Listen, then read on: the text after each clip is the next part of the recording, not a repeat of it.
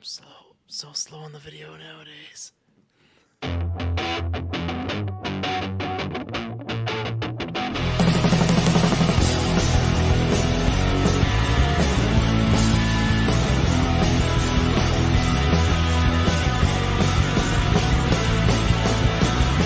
out the face! Get out the face!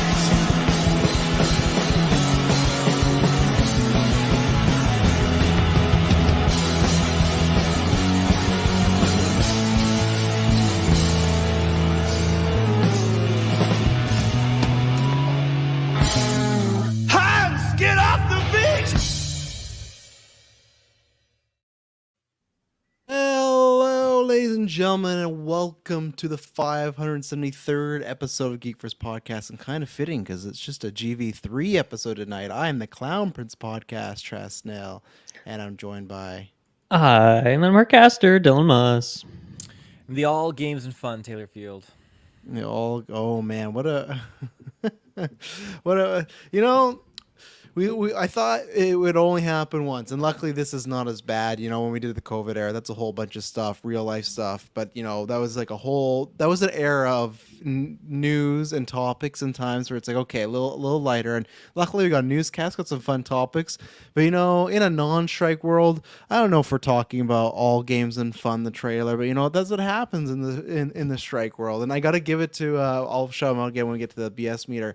S Bubs, I had some of them. I had about 4, but he was scrounging looking for some and everything like that. So big shout to S Bubs and our BS meter. It's kind of sponsored by him because he's got some good ones there too. So it's always thinking of the guy in the chair. But yeah, tonight's gonna be a fun one because I feel like we have a lot of topics, but they're all nice little topics. But you know what? I'm happy to be here with you guys.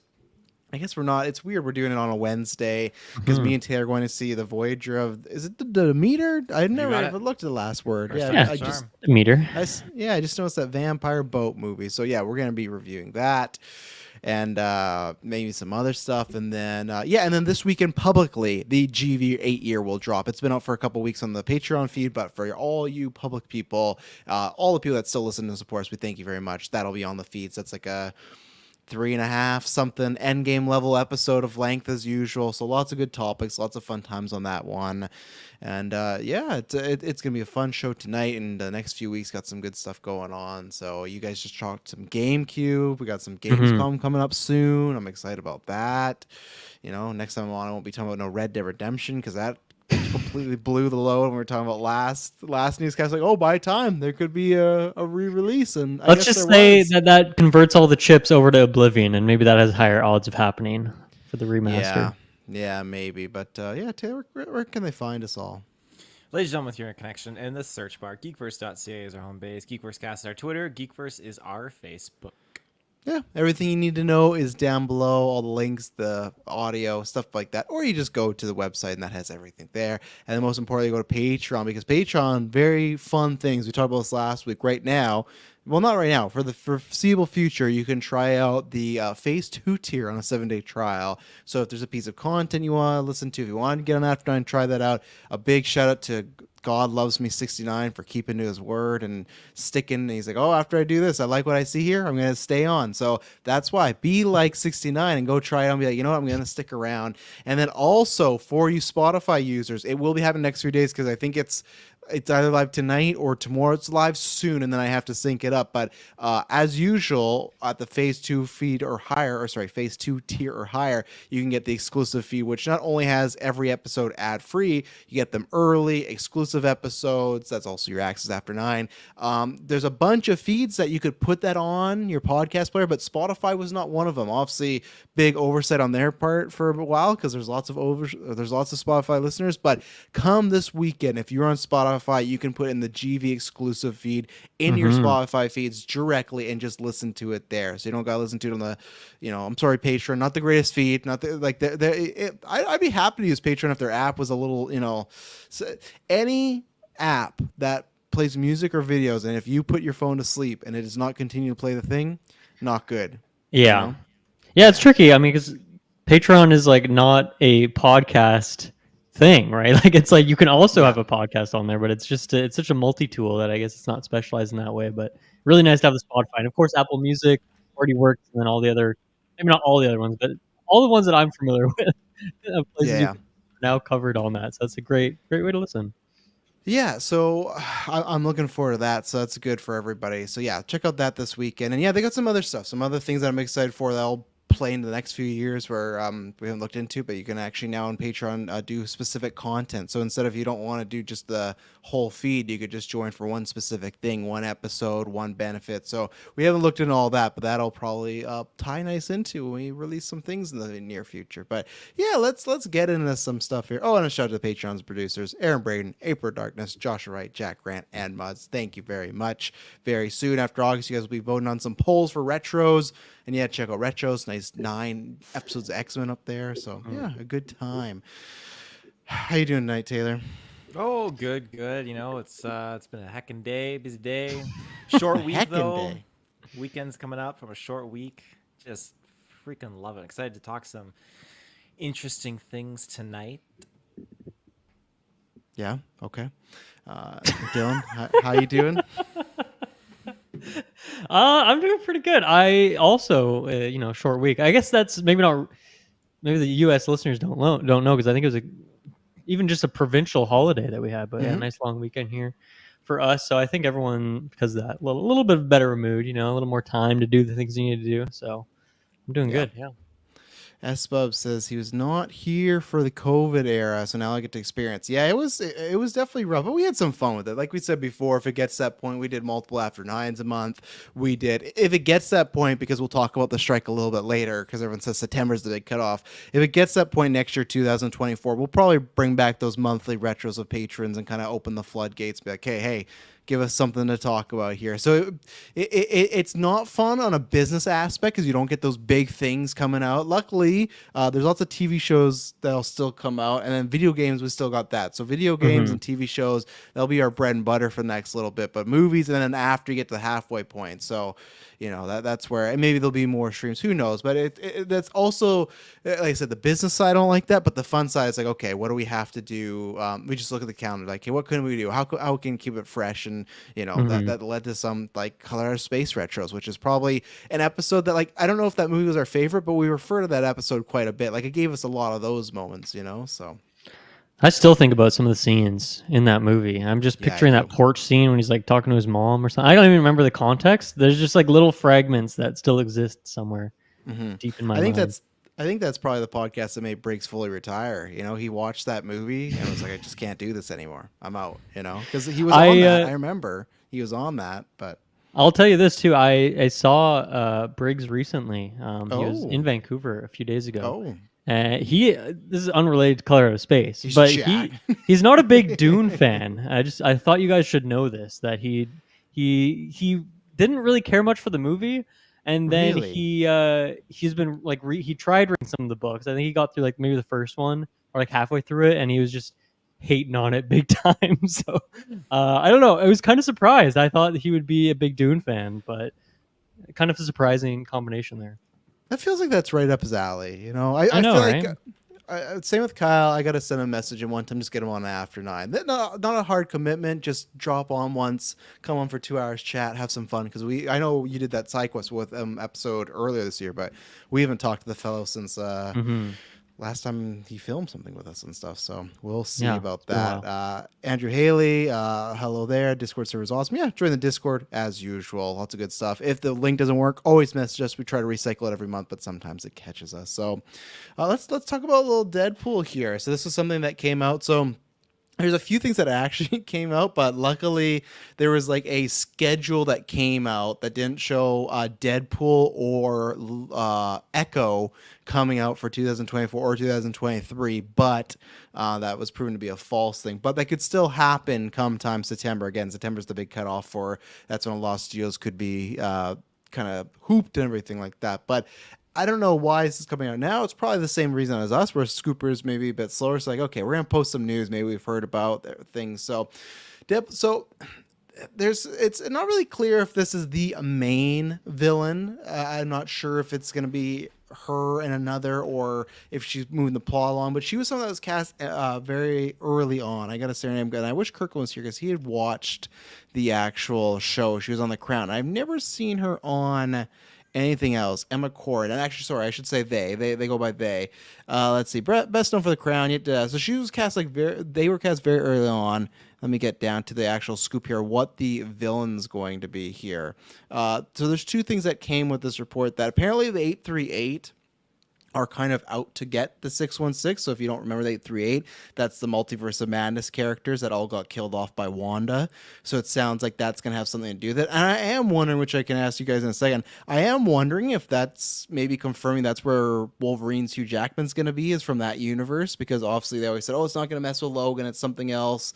And if you look at the Fox timeline, he was never really with an X-Men team kind of looking like this. He was a little bit older and grayer when he was on the X-Men. So I have a feeling he could be from the 838. But apparently the main villain is going to be Cassandra Nova, or one of the main villains, because again, it's Deadpool, right? But so this is the evil twin sister of Charles Xavier, also known as Professor X. Thanks guys.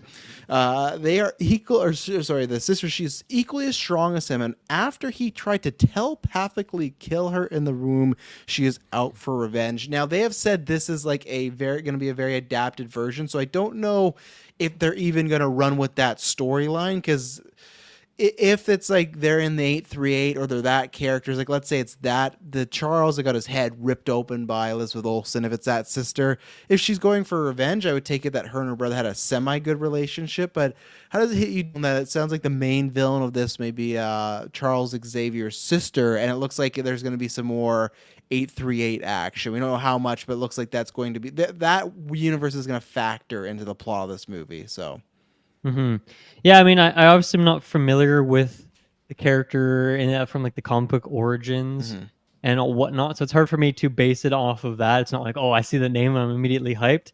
Yeah. But I over here reading through the wiki of this character earlier today, and holy shit, there's some wild stuff that going on here that is very interesting. And I actually do feel like there is a good pairing there between some of the weird and zaniness of the character's origins and Deadpool, and how that could connect in and be highlighted in a comedic way, but still be like a serious backstory that we're emotionally invested in. But then it makes me wonder, like, okay, well, if this is the main villain, how tied is that to Xavier as a character, and then how big of a character is Xavier in this movie? That's the part that seems a bit puzzling. Now, obviously, they could change stuff, and maybe there's other versions of this character that are less tied to Xavier, and they just want to more use that power set or someone that's familiar. Like, I guess Wolverine, is familiar with Xavier. Here's like a similar version without actually bringing Xavier in. But that would seem like a weird implementation of it. So I'm very curious to see how they do it. But in terms of just looking up the character, and it has seems like she has a similar power set to Xavier. That's obviously very fun, and you can do some cool stuff with that. So I'm into it. I'm all into it. I think you probably want a couple more flashier villains to do some battles and that sort of thing. But I think for a good main villain, a good emotional one, I think this is a good fit. Yeah, the only thing I wonder is, like, in a fighting scenario, I love Wolverine, I love Deadpool, but I just I feel like you'd have to depower them a little bit, because I just feel like they get in a fight with this character unless they have someone else, I guess, along with them, right? Maybe they have a telepath that can bounce things out. But I just feel like if it's those two versus Nova here, it's just, I feel like it'd be kind of over very quickly. Like, same thing in a fight with Deadpool and Wolverine versus Xavier. There's many mutants, and I don't know again how strong they want to make her. Maybe she'll be a lesser then, but I feel it's an odd pairing for the powers. Connection wise, I know, like, I agree with S-Bubs that I don't think Xavier will be in the movie. I don't think so, but I think they will.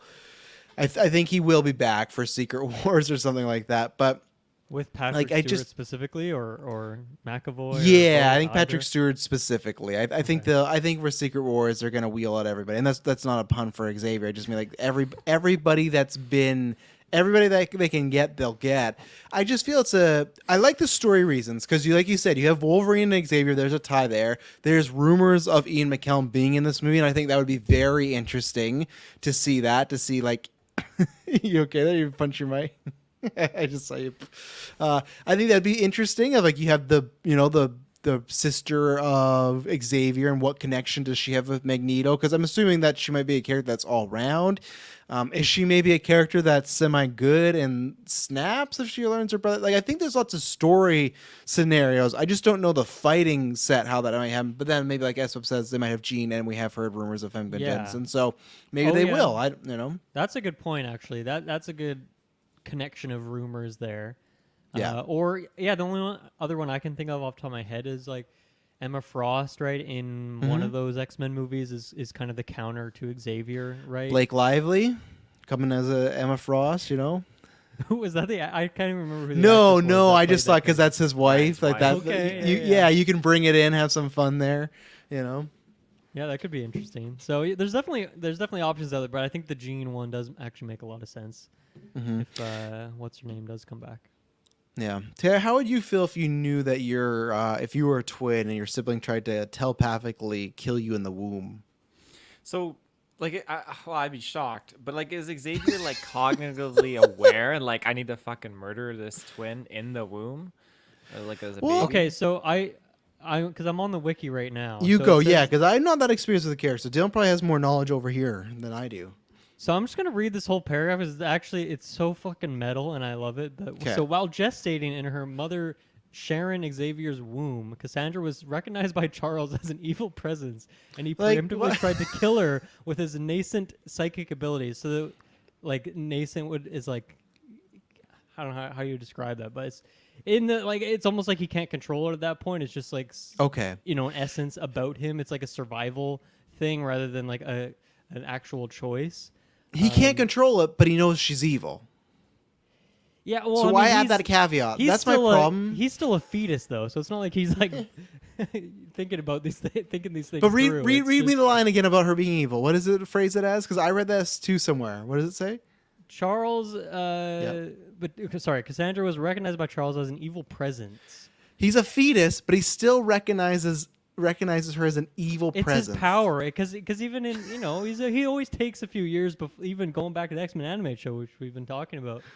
Like his powers are activated at like a young age before he's able to choose when or when not to use them. And so I guess it's just like a full-on feat. This does seem though very much like something that was happened after the fact. Like 100 comics in, they're like, okay, let's give Xavier like an evil twin sister. But I want to read the rest of it because it's freaking hilarious. But Cassandra was barely able to defend herself, and the shock of the roiling battle caused Sharon, their mother, to have a miscarriage, though the doctors pronounced her a stillborn. Cassandra, in fact, survived and spent the next decades as a growing mass of cells in a sewer wall, building a new body for herself and planning her revenge on her brother. So I love just the escalation from that to a growing clump of cells in a sewer wall, which there's so many sewers in, especially these animated shows where there's always all sorts of creatures hanging out in the sewers. Sounds like a very malignant sort of situation going on there, So, but couldn't you just picture that in Deadpool and then like commenting on some of these weirdo things happening? And I think in Deadpool, I can. That's all I wanted to say because I think that's probably the reason why I've never read too much of this character. Just that line of he recognized she was evil in the fetus. I don't like knowing that Xavier, even if he didn't mean to, his like mind powers popping off to try and kill his and why he's in. That comic creator is making a clear stance on the are you born evil or do you become evil? This fetus has no chance. It's just recognized as an evil fetus. Nothing's happened to this fetus yet. It's just evil. So I hate that part of it. But the rest of it, I love. A lot of questions. It makes me question like other mutant abilities and when do they start happening? Is it when they're still a fetus? In which case, some of those could be pretty catastrophic, you would think. And Wolverine twin syndrome, right? That's what this writer is going for, I guess.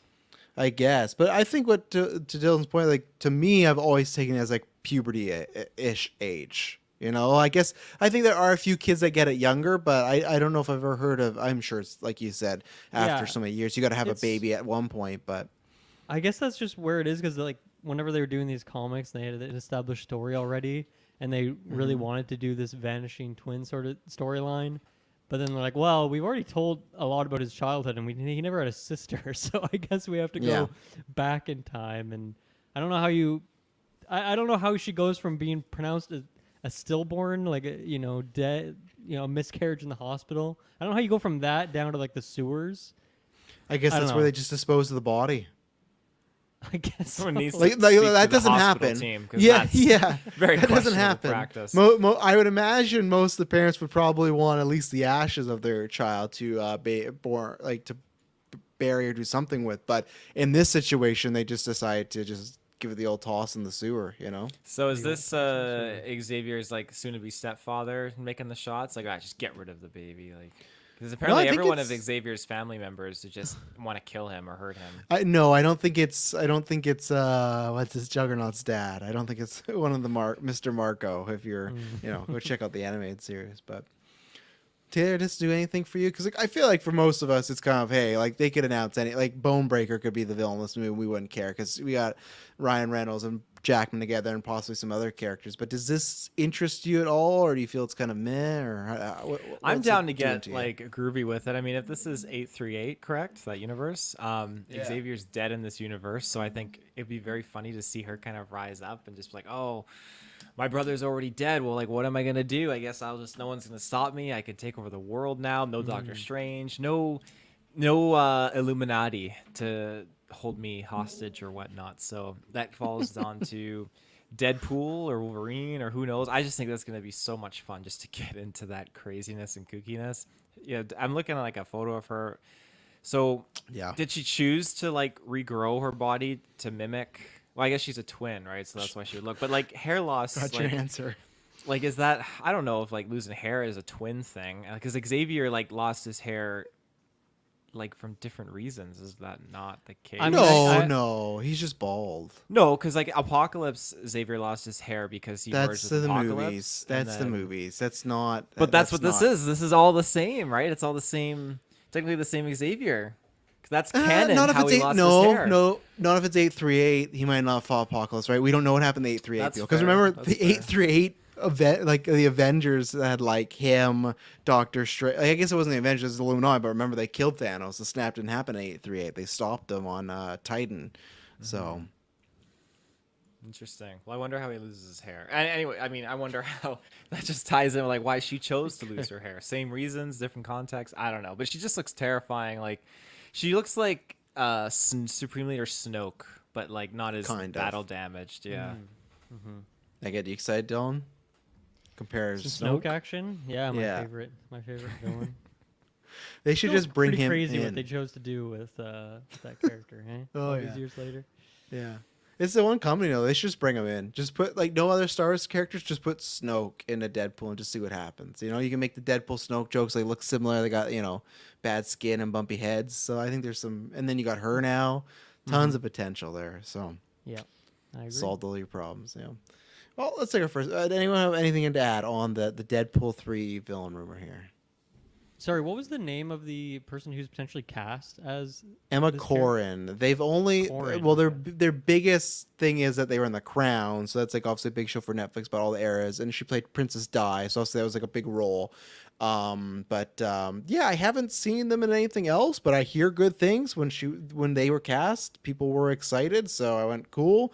Again, I've said before, this movie to me wouldn't even need a villain. You could just make it that Wolverine and Deadpool are hunting down like just a simple street thug on a bounty. I'd be okay with that. So I do think that obviously in this one it's a good role to get because you'll get a lot of spotlight.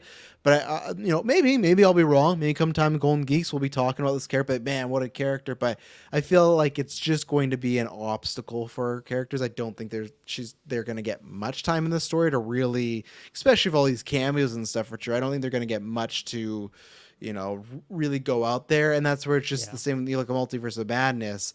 We had the benefit of Wanda being in all those projects before, so you didn't have to do that. But imagine doing Multiverse of Madness with some character that randomly just wanted to get her kid. Like if we just met Wanda for the first time in that movie, I don't think we would. And even then, it's been debated that some people don't like the villain portrayal in there, right? So it's just like I think it'd be even more so if it's just her motivations are she gets possessed and she's kind of just the bad guy, right? So I think we're gonna get a similar situation here. Maybe it's something like maybe Xavier dies in 838. Maybe he like had some lock on her down there. Maybe that releases her or something. Maybe they do that, So, but Shadow King situation? Yeah, on. good old Shadow King. So, but we'll take our first ad break, and then we're gonna get into some much time off, so much I don't know, much needed BS meter. It's coming back. It's been gone for a while, so it's coming back after this ad break.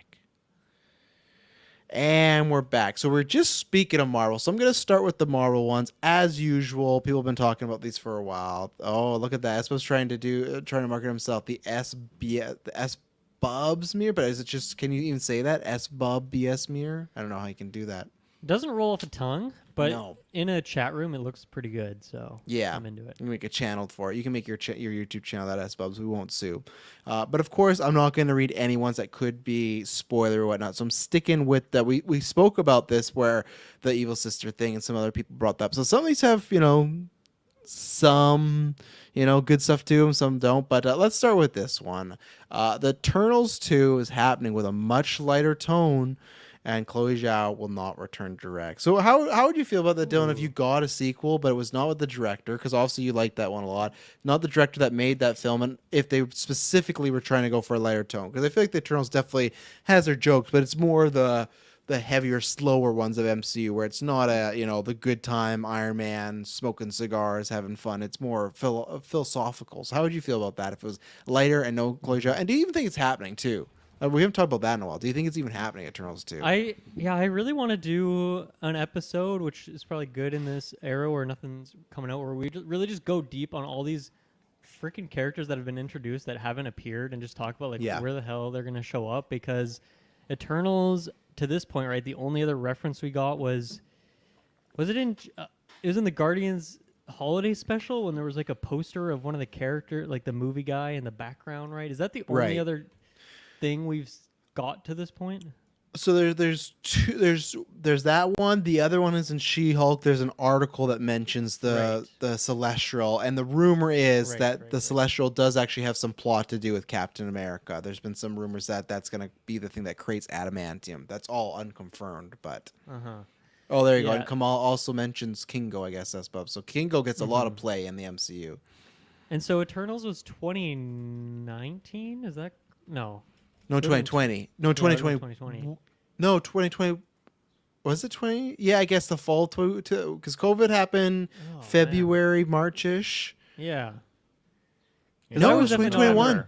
It was 2021. Okay. Wasn't it? Because we got because I wasn't on that review, so I'm trying to picture it in my own mind when I wouldn't have been doing that. But no, it was because we got No Way Home in December 2021, and that was after we got all those other ones. Yeah, 1 month before. That was just because we got that, Shang-Chi, Venom 3. It was just like so much stuff happening because obviously everything was like squished together, right? So thank you everyone in the chat for confirming that. Everyone's like, look at these fools. You idiots who host a podcast. To be fair, like I said, I was not on that review, so I'm not like in a time and place. I didn't see it in theaters. That's my excuse. Yeah. Like for me, I always remember that I walked at Birds of Prey, we reviewed it, and then 2 weeks later everything was the same. Like I feel like since I have no recollection from Birds of Prey to No Way Home. I do, but I feel like No Way Home was together. I feel like No Way Home was the start of like, oh, we're back because theaters were opening up. There was a vaccine, and that was the first $1 billion movie, which we're going to talk about a bit too, like how many there are since COVID. But I feel like in between, I have a hard time placing all this stuff. Yeah, I do, right? I do because that was the first movie back in the theater, but it just squished together. It feels like all that's in 1 month, Yeah, one big old month. So anyway, to get back to the question, I mean these characters have to come back at some point, and I feel like Eternals 2 makes the most sense because now we would be present day, we would be post the big events that have happened in the world, such as Thanos, and then you can meld those characters in with our current cast and something like that. You'd pare it down because obviously some characters died and some you might remove. There's just a couple more even in the end credit scene, so who knows what's going to happen with them. So I feel like that is the route that makes the most sense for those characters. Maybe the exception could be you pull one or two other characters into another project, such as is it Black Knight, the guy who had like Blade, Incredible Kit Harington. Blade? So I don't know if he would somehow be in Blade because there's a connection there that's kind of going past it. But So yeah, I would definitely like for it to happen. I of course am a fan of that movie. If Chloe Zhao's not there, I'm not as excited. But I'd have to see. Okay, is it at least the same writer, or who is this new director that they pick? Is it a director that I am a fan of their work? In which case, I could still be excited. But I think I would inherently be just. I don't know if worried is the right word, because there's too many variables in terms of, well, do they change the writer as well? Is it a new director? Then that's a lot of changes. Then it feels a bit sketchy. But then if they're going for like a whole different vibe, then maybe that's the right thing to do. So I don't know. I think I would really just have to wait and see how the chips fall. But I guess my first impression would be slight disappointment, but I don't think it's dooming it. But also, it's also not a very well received movie. And I know I'm on the outlier of that. So I could also see the angle of let's do something different, get a new vision in there, get a different director, writer, and for maybe most people, you guys, that would be a good thing. I would just be kind of on the outside there as one of the few Eternals fans. Any chance the Eternals 2 fast most watches Oppenheimer? Yeah, that'd be something. Because remember, in the MCU, he gave them the power to make the atomic bomb, which was not a development that I enjoyed in that one, but that's what we have. Yeah, I think that's a good topic to do, because I think there was some tweet that came up my timeline. That's the one I most agreed with, where it was something where it was a trending one where it's like, okay, you're Kevin Feige, what would you go? You have a time machine. What would you go back and change about 4 and 5? And I think I agree with this sentiment of you bring up the Eternals, but then you also bring up Star Fox in the end credit, Harry Styles. You have Hercules at Thor, and then there was like a few other ones where it's like there's so many characters that they've introduced, whether they're through the movie projects or just the end credit scenes, where it's just, I think that we just have. I know we got a big universe, but just overall, even characters I like a Moon Knight, like. Too many new going on. Like we had so many, like the Endgame happened, and we still had tons of characters left over that we love. Like Sam and Bucky, who had a great show. We had Loki, who Loki and Wanda. You could Pip the Troll, yeah. Don't forget them. I kind of put him with Harry because I think that's where he'll be. But I feel like now after WandaVision, Loki, those shows, you could easily spun those characters to be in the Avengers, their own solo films, right? So it's almost like I don't know if I wonder if that's it. I wonder if they miscalculated and thought, oh, our characters that are left over won't be as popular as the other ones, so let's introduce a bunch of new ones. But I think that was maybe a miscalculation on their part, maybe introduce a few of them. So yeah, I think that's a good topic to do one day. But I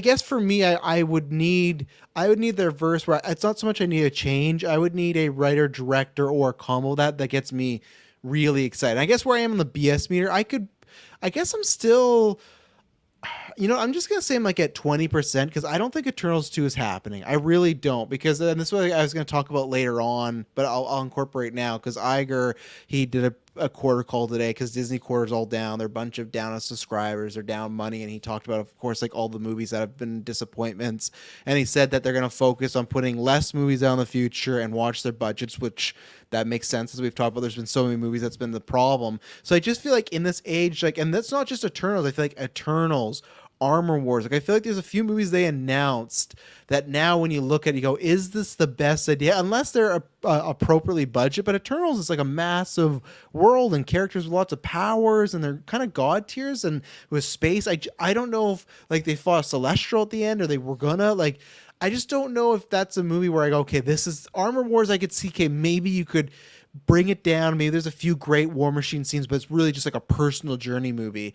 I don't know with Eternals. I guess you could, because it was very, like I said, there's a lot of characters talking, but I just don't know if they look at that and they go, that's worth the risk nowadays. So I think I'm at a 20. I could believe the lighter tone, because I feel like it doesn't fit like the MCU tone, and that's not what I disliked about it. But I'll say 20, because I don't think it's going to happen. I'm not holding my breath. At least I won't say it'll happen in the Multiverse Saga, but then to your point, where does it go? I don't want, I see Superbad Mike in the chat. I'm not trying to take a shot, but I don't want an Alien Covenant situation where, we set up one thing and then, a robot kills off all the Eternals off screen for a 5-second flashback.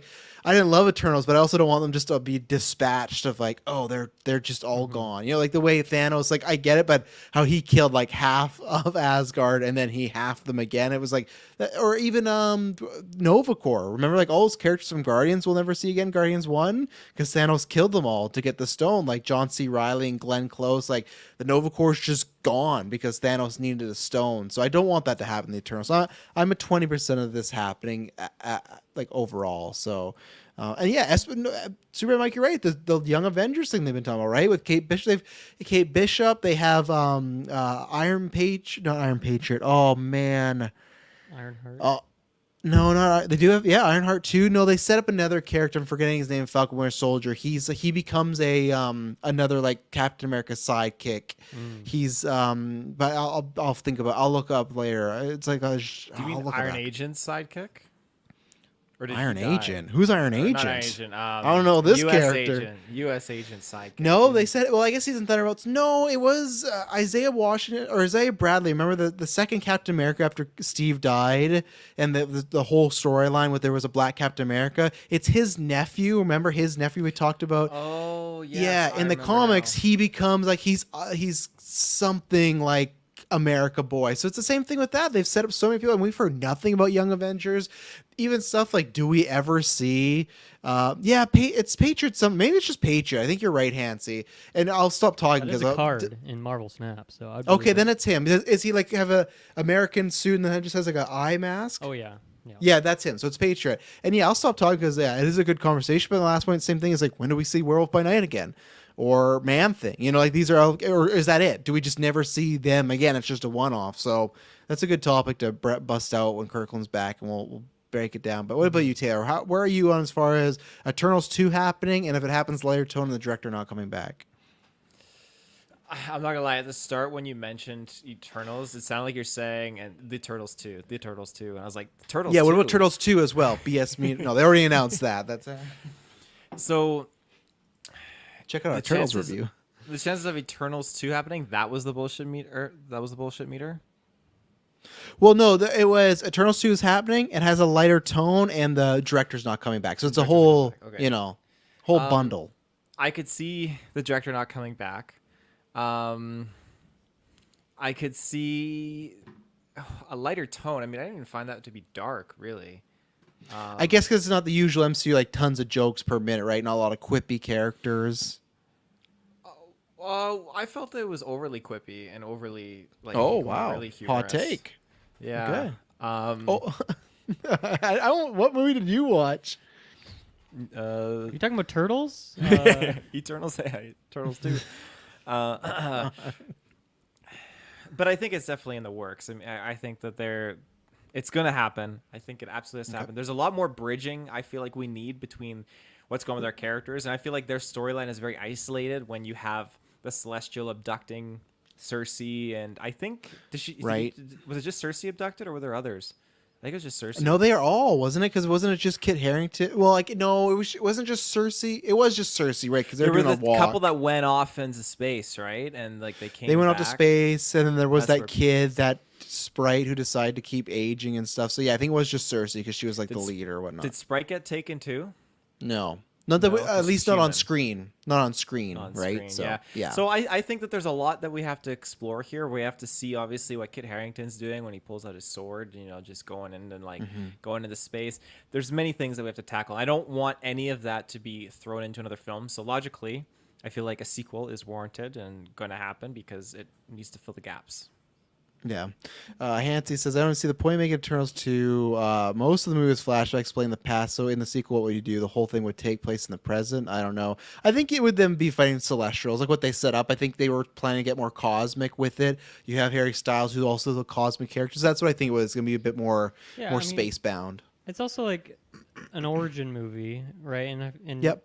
a lot of origin movies take place over like longer periods of time. Maybe you're skipping through childhood and things like that. So it's just that on like a godlike scale. So I don't know. It's like that's what a lot of superhero movies do in particular. An origin story that takes place over multiple years, and then a sequel would just be kind of the current story. So I don't think that's like really crazy to shake up the formula that way, especially now that not only is the origin stuff out of the way, but as we mentioned, so many of these characters are some of them are dead, some of them are potentially off in space, and you could just not include them in the sequel. So you could make it much more focused as well, and you could set it with current day characters. So I think it makes a lot more sense. I'm gonna go 31%, by the way, on my BS. 31%. Yeah. What about this, Dylan? Bringing Taika? Would you be in favor of that? No. No, I don't me need. either. I need like the perfect amount of Taika, and right now the MCU has maybe even slightly too much. Maybe. Some people definitely think that, but I don't. I don't think Taika's coming back for Thor 5. That's on the BS I don't think he's meter. coming but back for Eternals too. I'll tell you that. yeah. Okay, so next up on this, so I'm just doing the first four are Marvel ones, and after that, there's some other random ones that SBUB supplied that are very good. Let's see, Doctor Strange 3 is happening, which we've heard before, with Kang in a big role, setting up their conflict in Kang Dynasty / Secret Wars. I think I'm like a 50 on this because it would make sense as far as like in Doctor Strange 2 there was an incursion, right? It has to do with multiverse stuff. I just feel like now with everything that's happened, it might not be I think you could see. I think it's all depend on a certain things, but I don't think Kang would be. I think Kang's presence would almost be like Loki season 1, where it'd be around, it could be there, maybe Kang has a scene, but the way this rumor makes it sounds like he would almost be like a villain B. I don't know about that. I think before that would have been fun because I think that the idea of Cumberbatch and Majors. I'm not trying to say anything. Majors, of course, like everyone gets their trial, see what happens. But like, I think before that could have sold me really well. Seeing those two together could have been very fun. But hey, at the end of the day, if you're looking at projects that are not Spider-Man, Doctor Strange is the biggest MCU project. So it could make sense the same way you kind of tie Tony to Thanos. You could tie, Strange to like Kang as far as like that, my enemy. So I could see it. That's why I'm a 50-50 on this one. Mm-hmm. I'll go just go. I'm going to go very close. I'm going to go 42. Yeah, I think this seems like a actually pretty logical way because we obviously know that Kang's gonna be a villain in Loki season 2, but I think the way they want to set it up for a movie, for the Avengers movie, they want to do most of that setup on the big screen. Most of the meaningful stuff is the way I see it, and so obviously we already got some of that with Quantumania, and then. But yeah, you can't really go from Quantumania to Secret War. It doesn't really make any sense. So I think to have another one or two jumping stones on the way there could be good. I also don't think you want to do too much. You don't want to overcomplicate it. So yeah, I really do feel like Doctor Strange would be a great place for that. And I think in theory, I would be down for it. So yeah, I think I'll go 42% on that one. It seems decent. 42, Taylor. It's tough because for a third Doctor Strange movie, I feel like we would get something more, well, not a Dormammu, but something more along those lines because Clea showed up at Doctor Strange 2 and it's like, hey, let's go to the Dark Dimension, and you have all of that. She related to unfolding, Dormammu too, so. Is she actually related to Dormammu? I thought she was like a servant or something. Yeah, maybe it's not related. Like maybe blood it is. related? Does he even have blood, Dormammu? Let me see. You give me your percentage. I'll find out. I'm gonna go I'll go positive. I'll say 55% it could happen, but 45% Niece. not. Niece. It's niece. So who's Dormammu's siblings? We'll meet them. Cassandra Nova. Seriously. Yeah, no, that one I don't know as much because I didn't read as much Doctor Strange back in the day. So yeah, I guess that big floating head has some siblings. So good to know. Interesting. Scarlet Witch will be working with Kang in Kang Dynasty. So it sounds. So it's like 0. Sounds. Actually, I'll go 1%. No. I don't think that's happened. I'll go 5 because working with is a loose term, and I could see a situation where they work together, but the way they propose it, that makes it sound like, again, it's villain A or B. I do think the character needs to do a redemption, even though she was like possessed. I think there has to be that moment, but unless Kang has something, which is like, I guess it could be her children, right? And I could help you that way, but I don't want to see that for 2 reasons. One, because Multiverse of Madness was about her getting her kids back, and that's literally what Kang did in Quantumania. It was like, well, I got your kid, and if you don't do anything, Scott, like, I'm gonna take away your kid, right? So I don't like that'd be retreading it, but I'll say 5 because maybe there's something. Maybe there's some little trick she needs him to do, or vice versa, or you can get Vision back. I don't know, but would that kind of undo like the growth of her character in Multiverse Madness? maybe, but maybe Potentially, but it could be like a Loki way, right? Like a trickster way. Like she's working with him, but then she's like a secret agent, right? Like she's actually like, no, I've been like behind the whole time helping the Avengers. Because it could just be a thing like, oh, how we find this information? Because Scarlet's on the inside, which I don't know if you count that as working with if you're a mole. I don't. Probably not. Yeah, I don't. Yeah, like, I so could that's fair. see how someone could, but yeah, I wouldn't Yeah. go there. I feel like it's her next appearance should be her on you coming back to the good side, and that redemption arc's starting to happen, and teaming up with like the worst guy of all time. I don't know. I don't see that happening. The worst guy of all time. That's gonna be. I want to return back to at the end of Multiverse Saga. We compare him and Thanos. Yeah, we'll see. I Or- need to see more of him to Yeah. confirm or deny that statement. I kind of just said it, but Or Thanos is Ralph a pretty Boner. bad I guy. put him up there. Yeah, he's a pretty bad guy. He meant well, but yeah. What I want to see with Wanda, she gets her hero moment, and then I want whoever our Xavier is to like recruit her at the end of the Multiverse Saga, and she goes off with the X-Men. Because I think I've never really factored that in, and Olsen keeps saying like, "Oh, I want to do X-Men stuff."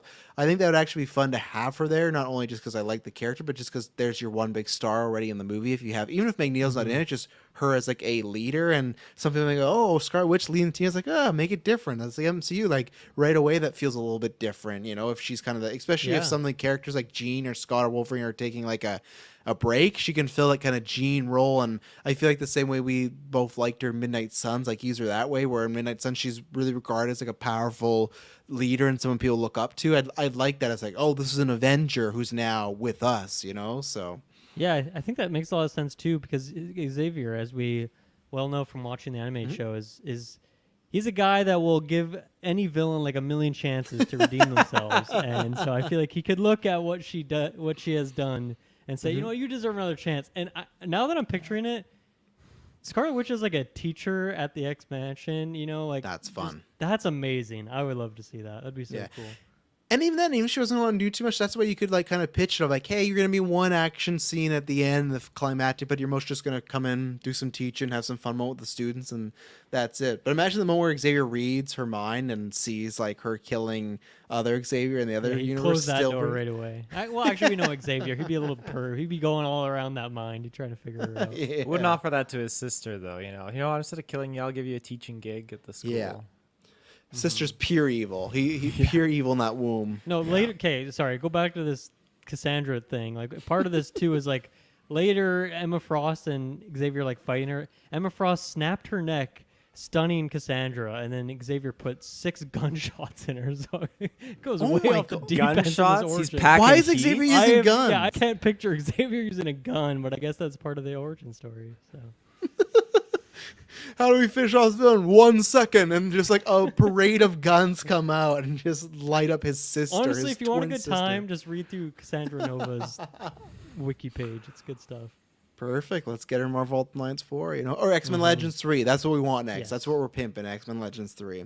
So I'm a 5, Dylan's a 0, Taylor. What about this? Kang and Wanda working together in Kang Dynasty. I don't see it happening. We've already gotten Wanda on the bad side. I don't think we're going to be going the bad side again, because she kind of found, I don't know, I wouldn't go as far as saying that she found peace, but she definitely found some level of reprieve. Maybe Jesus was in the rubble too when she brought down the cave. I don't know, but she's on a new wavelength, and that wavelength is not the same one as Kang, unless Kang just gets into a relationship with her and they fall in love or something like that. Who knows? What a Yeah, twist. it depends how they want to spin it, but I don't think she's going to. I'll give it a 3 out of 10 if that's what we're rating it. Well, it's at 100, so you're going to 30% out of. You'd be giving it 30%. You think when I said 100. 42% on the other one that was out of 10? 4.2 out of 10. 10? What were you, Travis? Did you say? What did you I'm say you were? 5%, so I'm 5 out of 100. I was Oh, going 5. 5 Okay, out of see, 10. that's where I heard the 5. And I was like, 5 out of 10, and The BS mean we get 100%. We got a wide range of net to throw. Mm-hmm. I'm gonna do 30%. Oh, wow. That's It's still high. the same.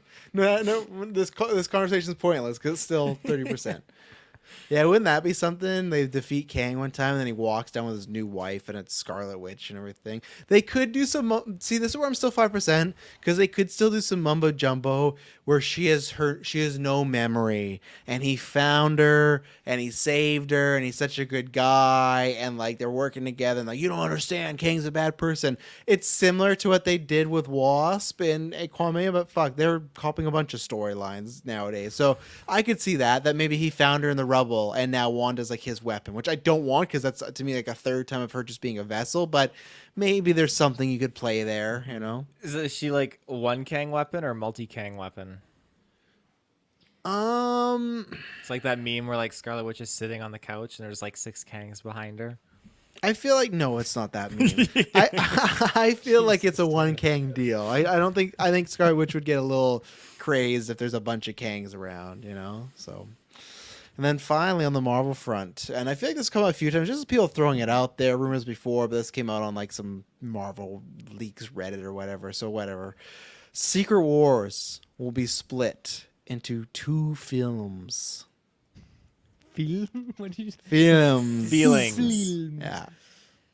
Isn't that kind of already happening? We got Avengers, Secret Wars, and then Kang Dynasty. No, so that would be 3. So it'd be Kang Dynasty, and then you get Secret Wars 1 and 2. I know, but isn't the idea that those 2 Avengers movies are already kind of Like a part Infinity 1, War part 2 Endgame. situation? I don't think so. I do, but I don't, because I think Secret Wars sounds like it's going to be very different than Kang Dynasty, the roster. So I think that Secret Wars sounds like that's supposed to be a year apart, though. Doesn't that make you think that Yeah. they're connected rather than like them splitting it by 3 to like what was the difference between the first Avengers and Avengers 2? 3 years. 2012 to 2015, and then it was 2015, 17. 2018, 19. So it was always 3 18. years. Yeah, This is definitely the longest we've went without an Avengers I know, film. and the odds of the 2 Avengers movies still being back-to-back years maybe seems less and less likely as time Yeah. goes on, but that was still the intention, and so I don't see them splitting it into 2 parts. So I don't know, maybe they don't have a ton of connection to each other.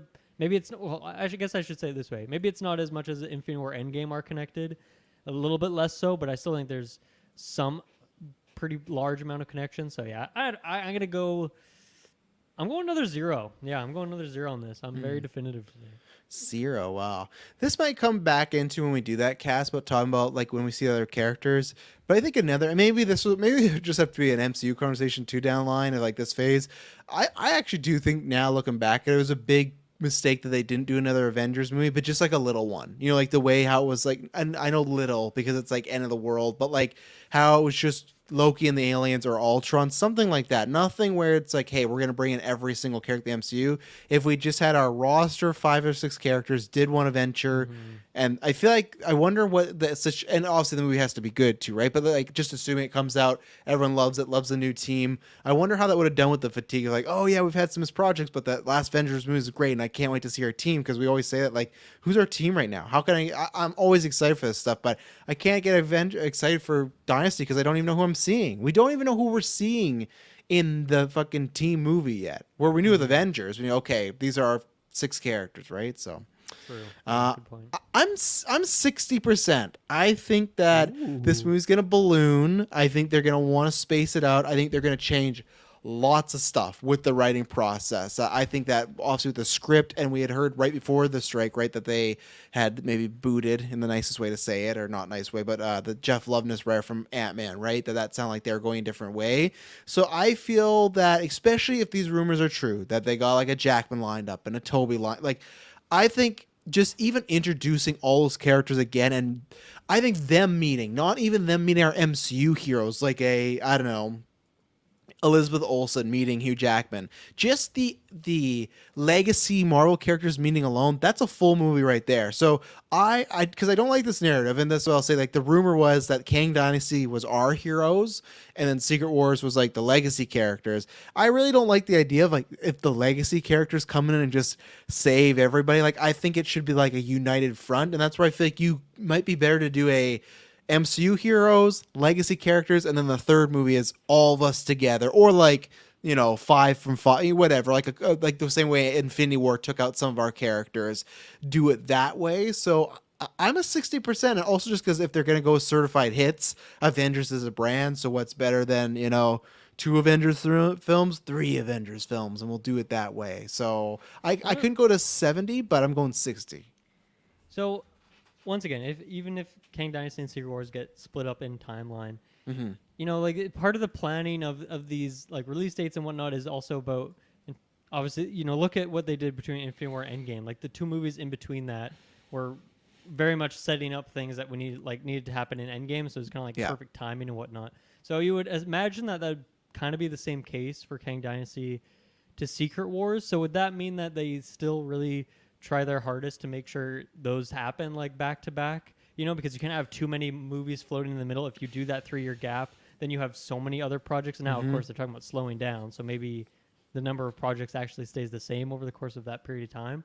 But does that not seem like too much to have like 3 Avengers movies in let's say 3 years? Obviously, that's best case scenario, but let's just pitch it that way. No, you make a good point, because if you look at the 2 schedules originally, now it's all messed up. But the first original one was they were 6 months apart, right? And I think that was the idea that, hey, there's not going to be much stuff in between. And then after, was remember, there anything? Was F4 in there? Was that right before Kang Dynasty? That was right before. Right? I don't. Tia, can you pull up the original 2000?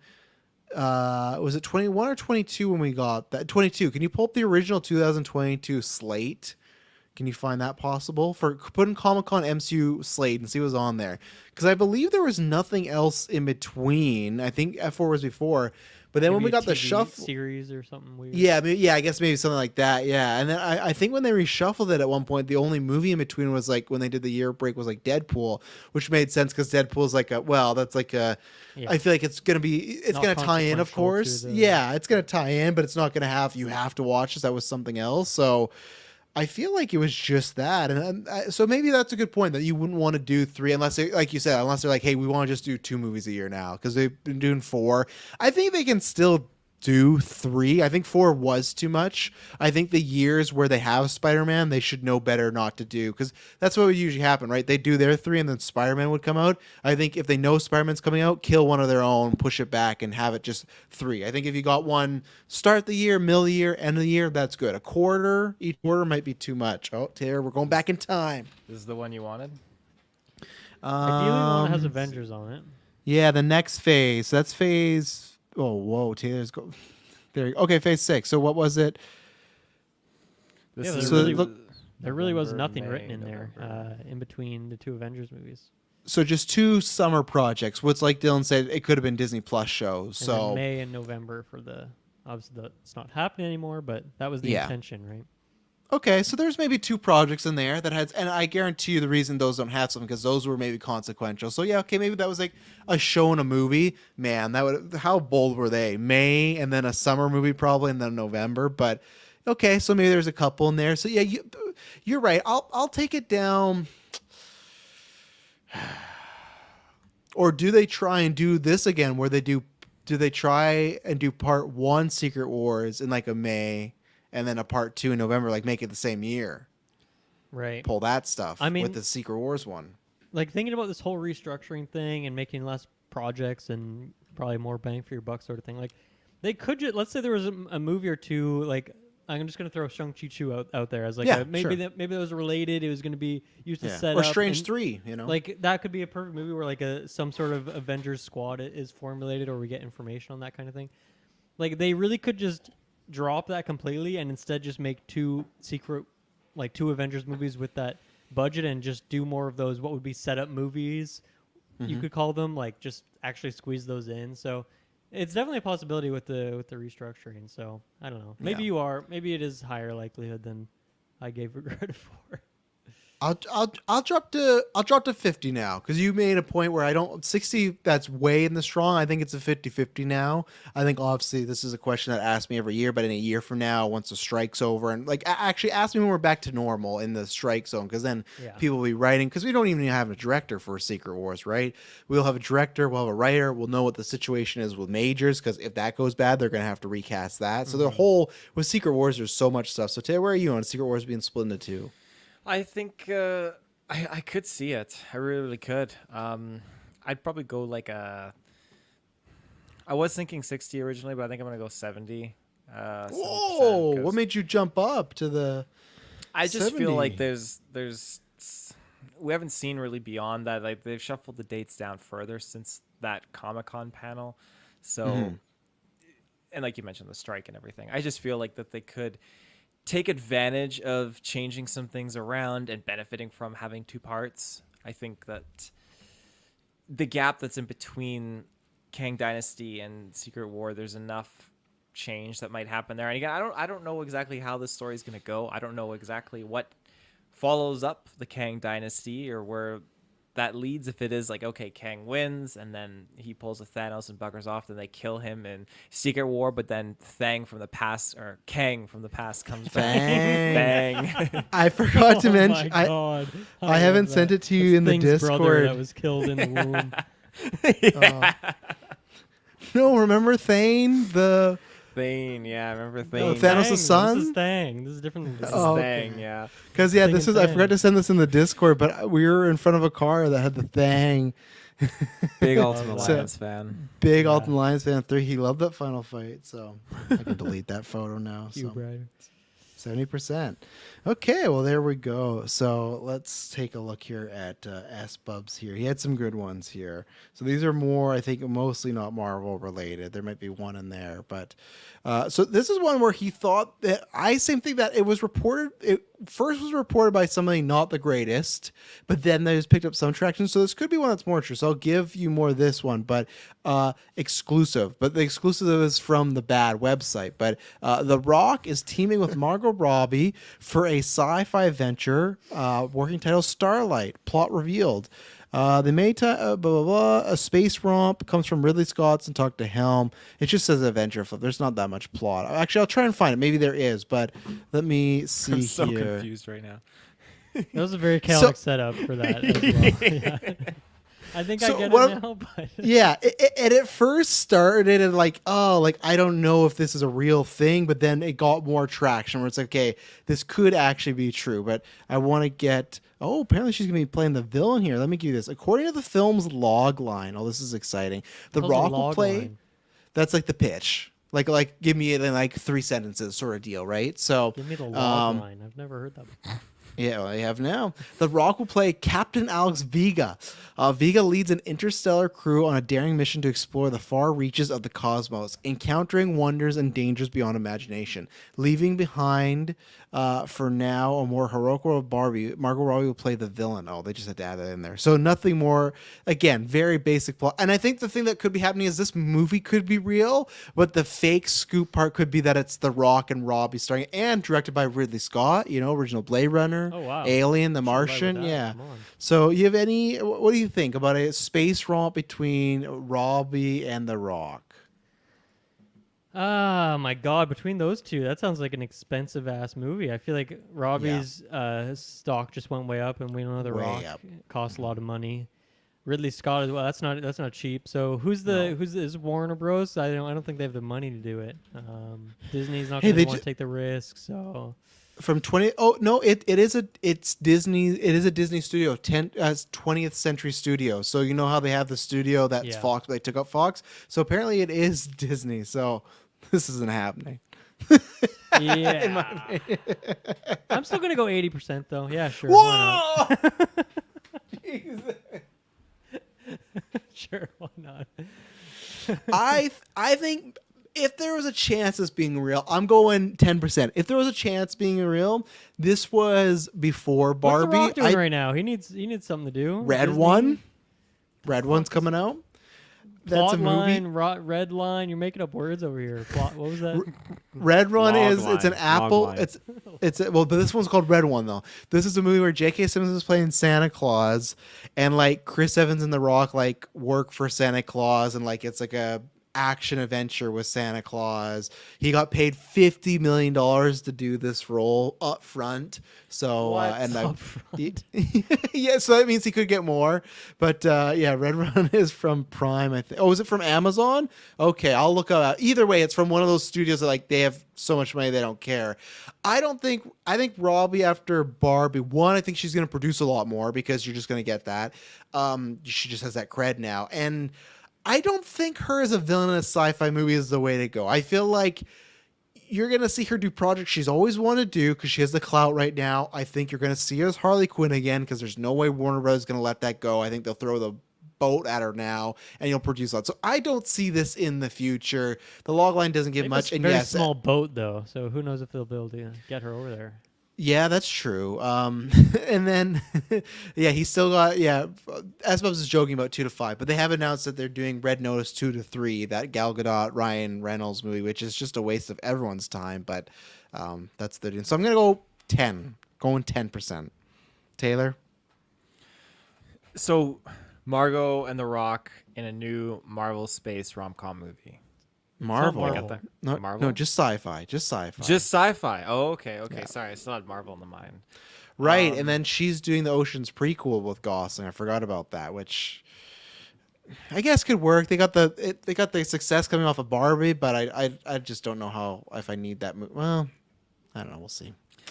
I could see, like, if this is something, I feel like would they have signed contracts already for this movie, and maybe like, I'm curious, like, what This is in things talks, did probably.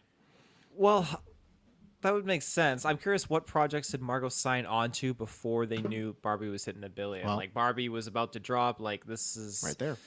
Yeah, there's one example. Perfect. So I think that there is a chance that this could have been maybe not talks. Maybe The Rock was done talking, and He's they trying signed real the hard to get contracts. her.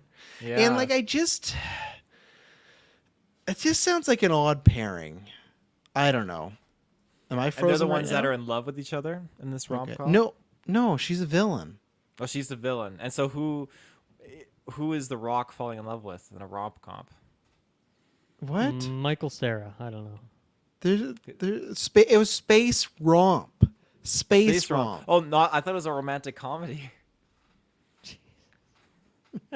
Is Travis there? He looks frozen for me. I think I'm Can you hear me? I can hear you. Yeah, you're back. Okay, because you were all black for me, like black screens and everything like that. Can we move on to the next BS meter? And Taylor, listen this time. You're not listening. Listen. Rom-com? They're all Rom-com. Oh, fucking peas. That's fair. I just wanted to see what Margot Robbie was doing before, like what she signed on, and then we'll go on here. Starlight. Come on. It's happening. Actress. Oh, After literally the only logline. thing upcoming is the Oceans one. So she signed on to nothing else. So Starlight. There you go. It's happening. there you go. Starlight is happening. Brendan Fraser has signed on to be in the third Jumanji. Or sorry, fourth Jumanji. Fourth. That's it. Has there been 3, or are they making Yeah. the third one? There's Yeah, been it a has to be third the one. fourth. That's insane. Yeah. Man, after he's just crushing it with the whale and the Oscar stuff. She just won an Oscar. does he Gonna go do Jumanji 4. I'm gonna say no. I'm gonna say he doesn't do. Well, I don't know. Maybe he likes that kind of thing. Maybe he just wants to go have fun. Maybe the whale was so intense. Now he wants to go laugh with some friends and make some easy money. So I'm gonna go with 63% chance. Oh my god! These percentages. Oh boy! There you go, Taylor. You liked Superman Thank might you, like your Superman, pitch Mike. better, so there you go. I'm gonna go 0. I think You mean he his just won an logline Oscar. Yeah, probably. 0. 0%. Welcome to the strike cast, Zero. ladies and gentlemen. 0%. I just don't think Jumanji 4. I think there's ways he could make money. I think if that's it, it's DC or Marvel. Now, he was in a What if he's a DC movie cameo? that got Cameo thrown. as George of the Jungle. It said star. Actually, hang on. Let me see what it said. It said cast and sequel. So okay, There you go. Sure. He's a UPS Still delivery 0%. driver. It's like Bill Hader. I'm on strike. Like he's doing 0%. If he wants to make money, there's other ways for him to go make money in Hollywood. So that's what I'm saying. 0%. He just won an Oscar. Use that clout. Don't get rid of it. Taylor. No, but so here's the difference, Hansi. Hang on. He said Kiko Collins just won an Oscar, and a comeback is now Loki. He did Loki before, I'm pretty sure. I don't know the timeline, but I feel like he was already signed on to it before he won an Oscar. I'm not saying he would say no now, but it's different after you win the Oscar. So I think Maybe the timeline Fraser's is a little already different. signed on. Fuck. I feel like that casting was announced after Everything Everywhere. Am I wrong about that? No, but was it after the Oscar win? I don't think so. Well, I think even once the movie came out, people were like, "Oh, this guy's good stuff." I hold my case. I withhold my case.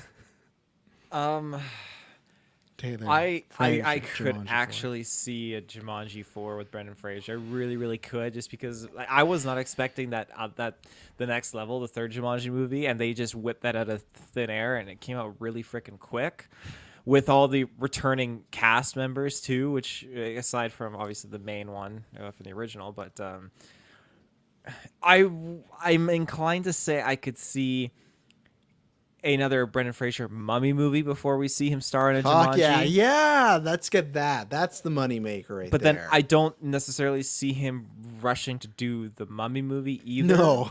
So that's where my odds are. I'm going to go probably like, I won't really rush it out, but I'd maybe go like 40% because I'm apprehensive. Nice. There's also rumors that he was like attached to Superman Legacy as maybe like there's two rumors, him as like Perry White or him as Jor-El, like Superman's dad. So that's where that I see. That's where like a nice easy roll. Okay, Hansi says Jamie Lee Curtis is Haunted Mansion. Again, cast before the Oscar win. And Jamie Lee Curtis, she can do anything. She's always been a big star. You got Fraser and Kwan, who's like on the uprise, right? So there was a Jumanji scoop from, yeah, sure. Send it, or a Mummy scoop. Yeah, just send it to the Discord right now, as well. We'll realize it on air. I won't fact check it. So, okay, there you go. Will Smith is in talks for Detective Pikachu 2 as the villain. I'll go 15%, just so he could hang out with Ryan Reynolds. Yeah, I think this actually makes a lot of sense. He's not Hollywood, is not a big fan of him right now, and I feel like the Detective Pikachu squad over there would throw him a bone. So I'm gonna go with. Just gotta watch what he's throwing. That's the problem. Gotta watch does what he he's throw back? throwing. Yeah, Pikachu, look out! Just Look out, Pikachu. I'm gonna go with. Oh, does he want to do a role as a villain right now, though? Actually, and That's the Hanson thing. Michelle Young Transformers. But I get your point. Stop! You're throwing the same scenario at me every time with a person cast before. we get it. Everything Everywhere. It was a very big movie. That's funny. I'll go 4% on this one. Not likely Okay. to me. I just don't think he wants to be a villain right now. I think he got villainized enough, and I think he wants to go do some happy movie. Yeah. Do you do the opposite though? Do you just roll with it? Be like, yeah, I'm the bad boy of Hollywood. I slap Pikachu. I slap Ryan Reynolds. I slap everybody. Ryan Reynolds, yeah. At Comic-Con, because he's in Pikachu, remember? You forgot about that, but Ryan Reynolds and Detective Pikachu, and they made him human at the Yeah. end, right? Oh, you're right. And You're right. Imagine I that. know, You could you're do right. a booth. You could do a booth at Comic-Con or get slapped by Will Smith for this amount of money. Like he could make a lot. He could make a lot Instead of of like a money off dunking this. booth, you just like go to... Slapping booth. Yeah. Wow. Yeah. Okay. Taylor, what about you? Will Smith, Detective Pikachu, villain. This is an easy like 90% I'm dropping right there. I could really see this happening. 90. I think he's bounced back from the villain scene after 90%. his slap situation. I see his social medias. He's living the good life these days and You do. and all that. So What's he doing in social media? he's on planes and stuff Slapping like people. that. He's like on planes? he's on planes. Yeah, he shares like videos of people doing Fresh Prince of Bel-Air dances in the streets and stuff like that. So Isn't the good life like the things you're doing after you get off the plane? But he's just posting pictures of being on the plane. he's on planes. Yeah. Still here. He's going He won't let me on. He just goes to a new place, then he gets there. He's like, I'm not feeling it here. Let me get back on the plane. He's trying to go back in time by flying in his plane through all these time zones. Across the world, around the world. That's about your scoop is that they're bringing back Odor Fedor and John Hannah, but like it's not Brendan Fraser, so just a supporting guy. So this is assuming that Brendan Fraser's back. I would say him as the Mummy, 40% chance of happening. I think there's some other stuff that he's talking about his body being hurt and stuff. But I think 40% you get a new Mummy. So I'll give you that. It's true. I don't know who that guy is that you just mentioned. Which they're just supporting cast of the Mummy, just characters. Yeah.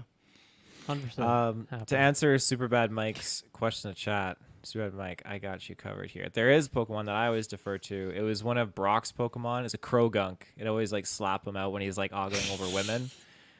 This is here you go. That's Will Smith. So are you behind saying Ryan. that Will Smith's playing a mocap of Krogunk? Like the same way Yeah. Ryan Reynolds did Pikachu, he's going to play Krogunk here? That's exactly it. He's gonna be in behind Ryan Reynolds like that, just ready to go. See, Krogunk's he's always pretty slapping. sick, He's to be slapping. honest. He's like a poison fighting type, right? Exactly. You know Hell your yeah. shit. Respect. Hell yeah. Yeah. The first person shooter classic Doom is being revised as a streaming series. Streaming series, hey? Revived, sorry. So yeah, streaming series. 95%. Oh! Everything's getting a TV show right now. Now that one's not Sony, so maybe the odds are lower. Mm. I guess. So I wonder, because Doom, like, would that be strictly an Microsoft decision now, or is there some would there be something weird with the movie rights? Because there's been a movie in the past, right? Yeah, I think they're that one safe gets though. They're dicey probably real safe. quick. I think Whose they're probably decision safe. would that be? Yeah, we just got a I Doom feel like movie in 2019 as well. what? Doom Annihilation 2019. But it's like some animated thing or whatever. No, I'm pretty sure it's live action.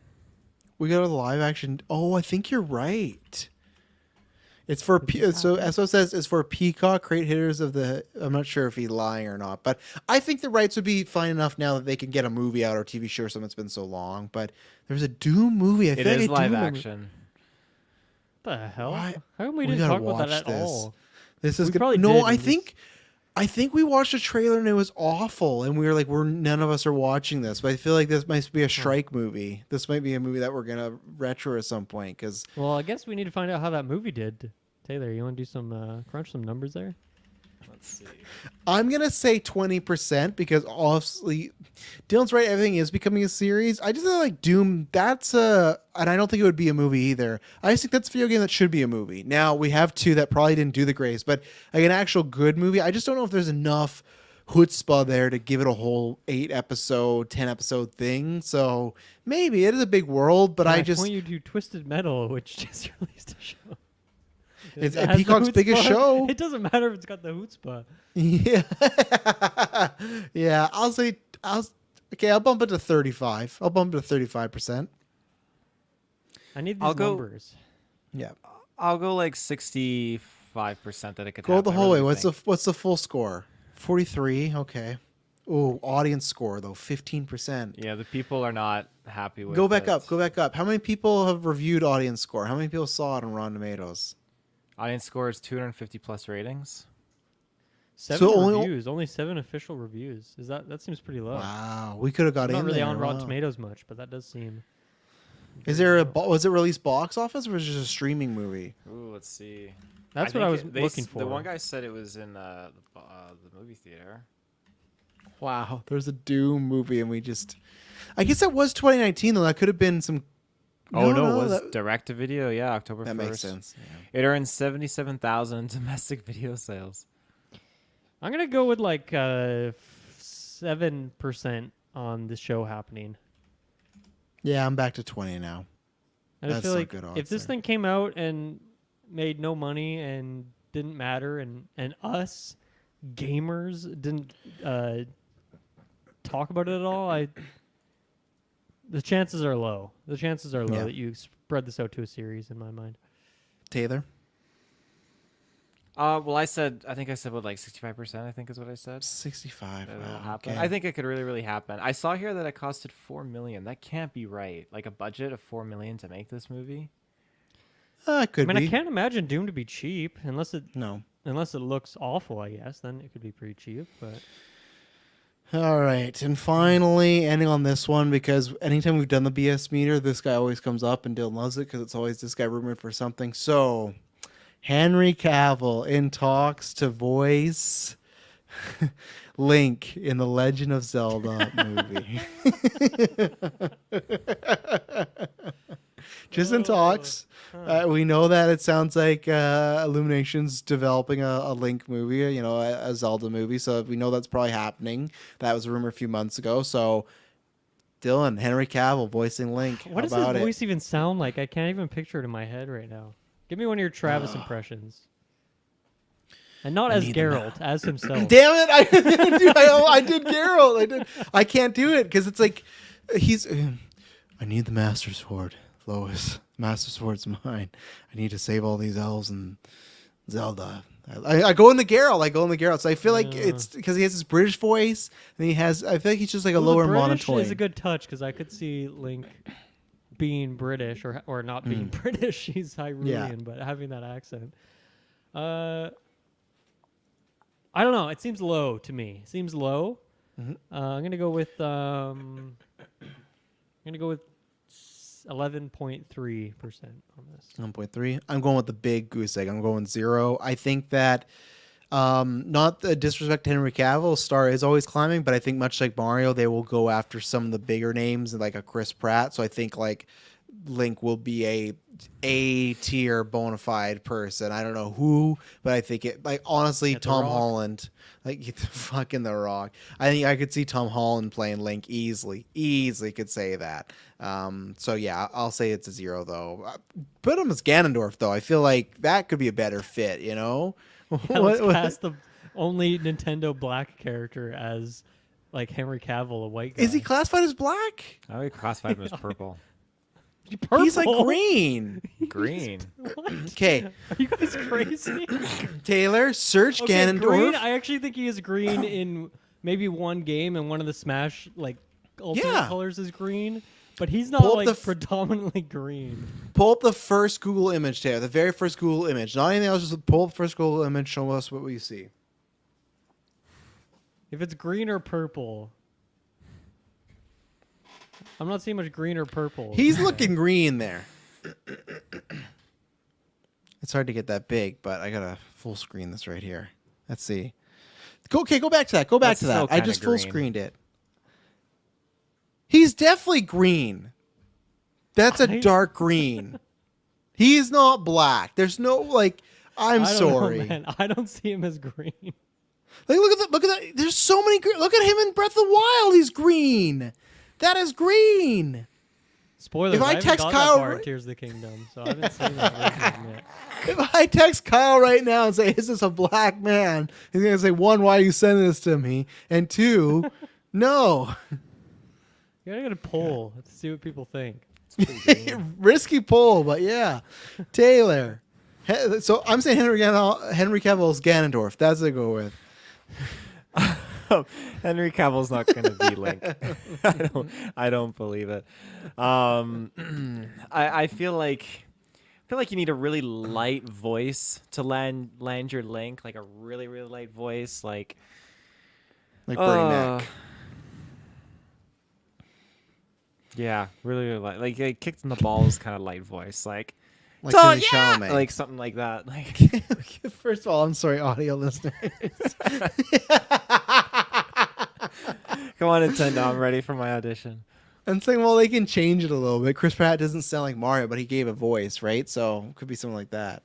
But I still don't expect him like to sound like how deep is his voice? Is he gonna talk like Link? My name is Link. He has a bit of a deeper, but he doesn't talk really. He just swings. Yeah.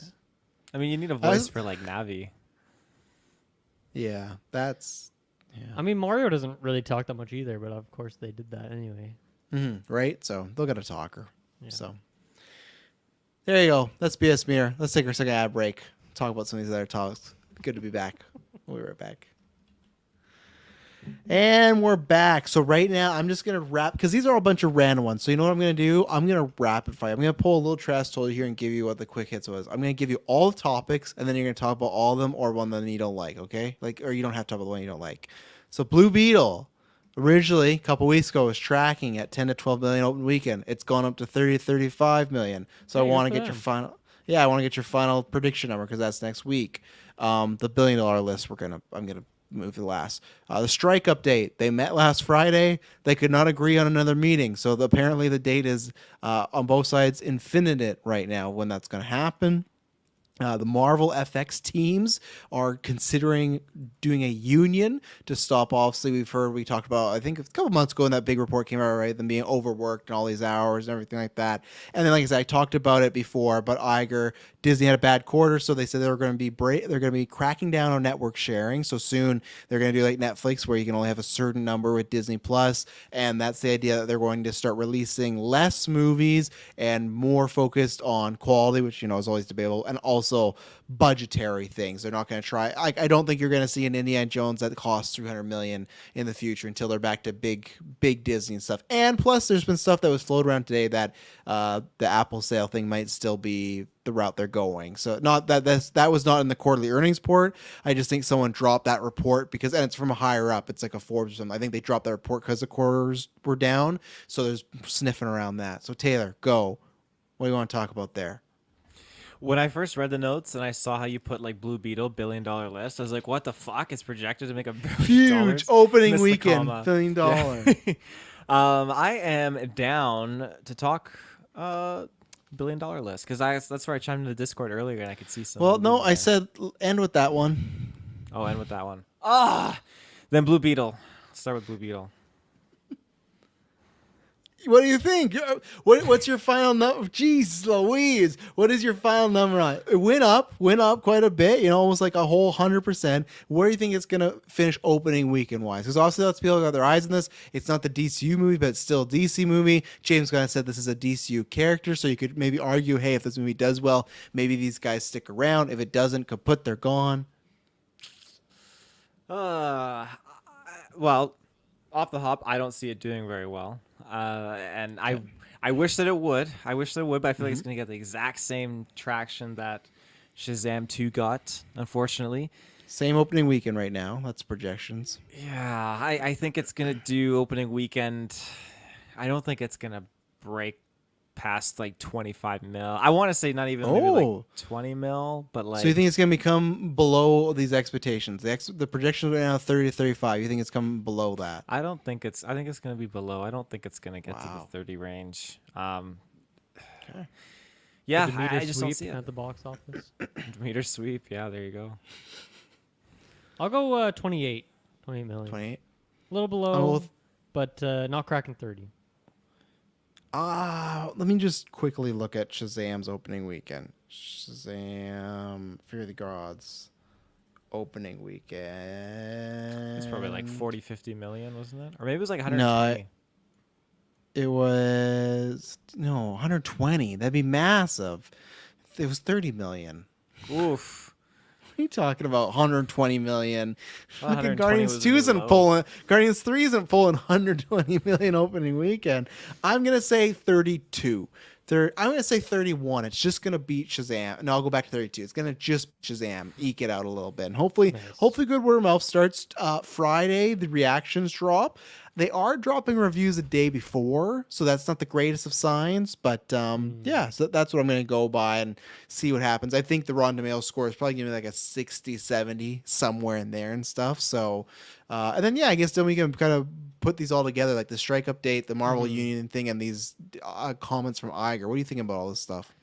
Yeah, I mean, the strike update, I mean, it's really not much of an update, really. It's more No. just like, it's still going on.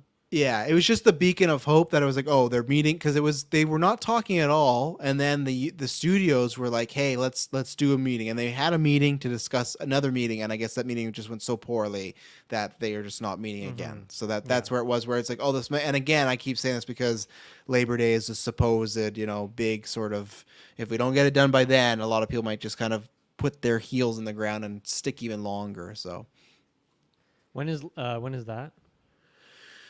I think it's like the first week in September. I think it's a holiday for us, but it's something. I think I was gonna say it's something else. It's Labor Day, so yeah, I think it's the first week in September. So they won't get it done by then. But not a great meeting. Like imagine if you and I had a meeting to like let's plan out some podcasts, and we just couldn't get along and just decide we can't plan the podcast. Like that's how bad the meeting went. Yeah, that's a failed meeting. Yeah, if you ask me. You did not accomplish your goal. The Marvel effects unionization situation. That's that's great. We've heard just kind of nothing but bad things about that recently, and that seems to just be across the board. Like it's not even producing good content anymore out of Yes. that. So there's issues all over the place with that. So if it's people being overworked and underpaid and being rushed and things like that, I think definitely establishing some better groundwork there would be a good thing. So it's really hard for me to go too deep on that just because I don't know the whole situation. But yeah, I think that's probably a good sign for them. That you would hope that it works out well in the end, where there's still like a good pace at which these things move along through production and whatnot, but it's just better working conditions for the people who are actually doing it.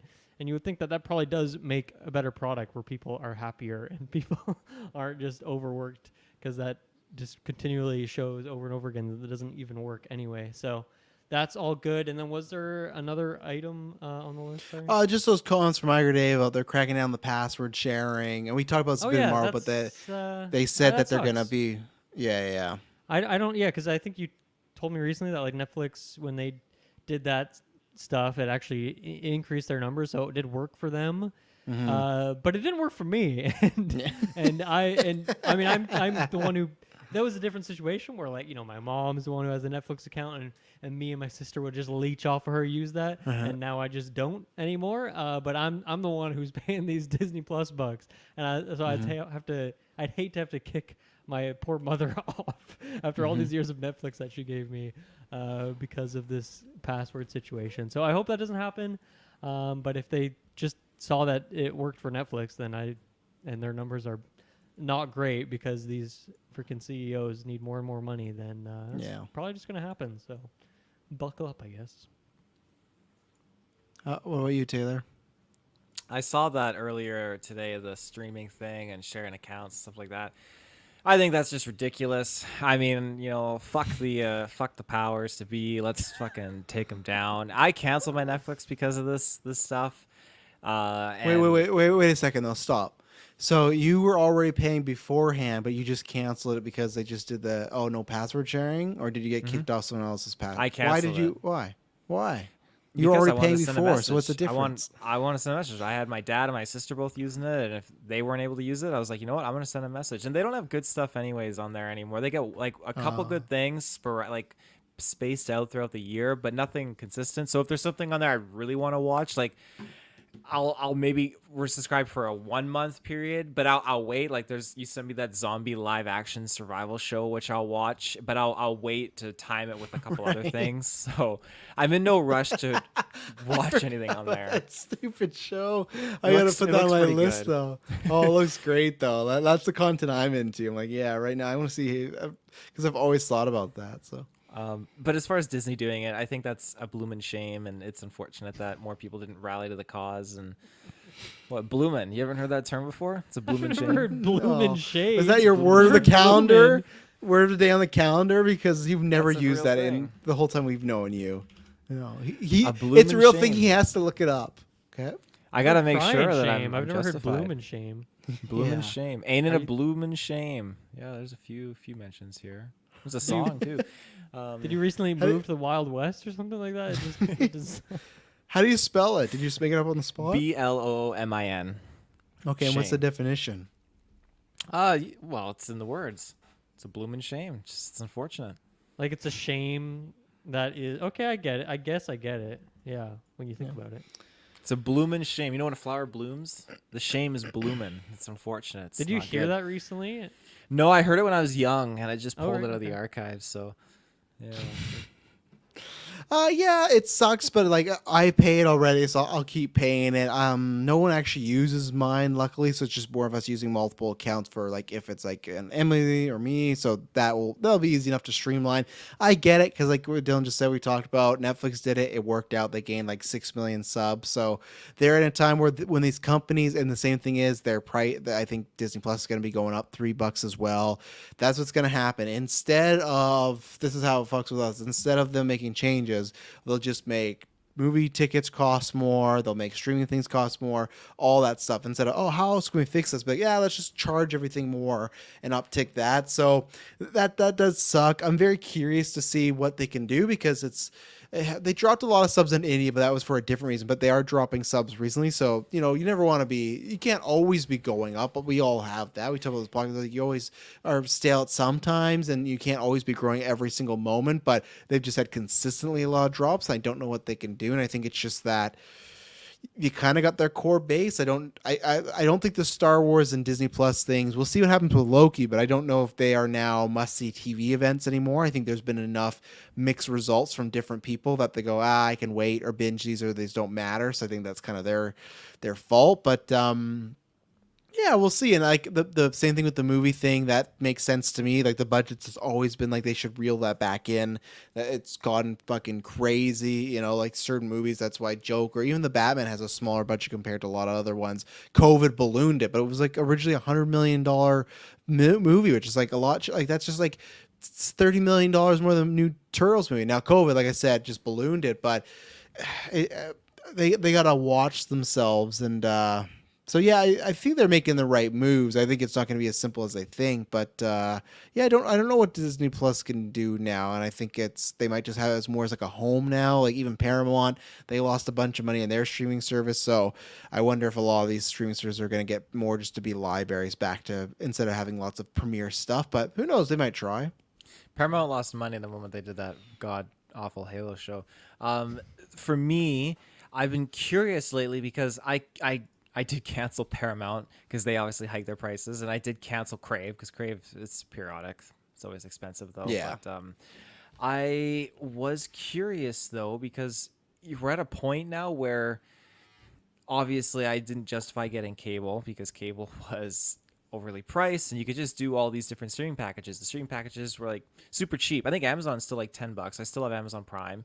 And then when you factor in like $5 for Paramount and then $7.99 for Disney Plus at the time and Netflix being $9, like so many affordable things, and you could get everything you wanted for around $40-$50, and it was very much justified. But now I'm starting to wonder if even doing like a cable package is worth it again, because when I look at some like Shaw's offering, you get Disney Plus for a whole year, you get your internet, you get all your cable channels for up to $190 a month. And when you factor in how much you pay for internet, how much you pay for Disney Plus, how much you pay for everything, it's interesting, and it makes me wonder if they're going to look at maybe doing more cable kind of bundles, or what kind of stuff streaming services are going to do if they're trying to like fight for their own.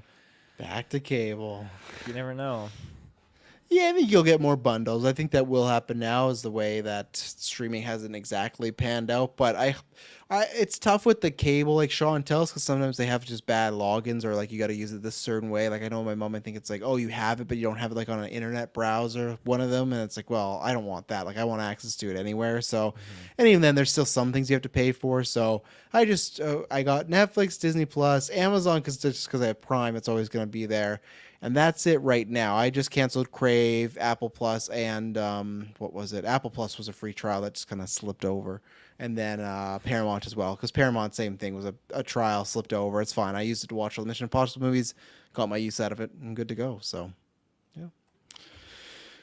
Let's talk about some trailers. I want to talk about that first one that we brought up at the very beginning of the cast. Like I said, this is a strike topic in my opinion, but I'm excited to hear your guys' thoughts. All Fun and Games. So this is a movie that I think it's coming out September 1st, theaters and streaming. It's just direct to VOD, so I don't know if it's a streaming platform, if you can purchase it. Dylan Musk, you gonna be joining All Fun and Games? I think it looked fun. Actually, just to use the name from it, I when I was watching this, I was like, oh, this has to be a Netflix movie, just because it had Natalie Dyer in there and Asa Butterfield, I guess. Yeah, Asa Butterfield, yeah. Both, big Netflix people. Netflix loves using the same actors over and over again.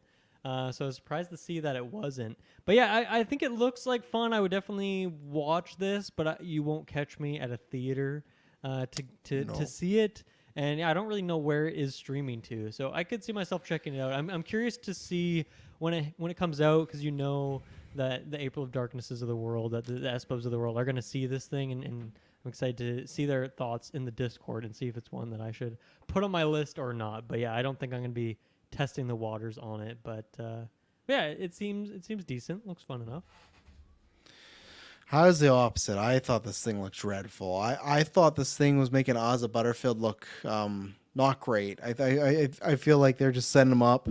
I feel like I just feel like some of the lines and I just don't know why he took this role, because I feel like after Sex Education he's kind of getting a little more of a like a just a little more steam up there. But yeah, it did though look like it could be like a fun watch in a so bad so good way for me though. So I probably will check this out strictly VOD though. And this is one because I work from home. I'll check it out because I'll put on the background or something. But I don't know if I'd go out of my way. But yeah, it's the gimmick's all right. If like you got this guy, he's possessed by this knife and he's trying to play like all these type of kids games, so that there's something kind of fun there.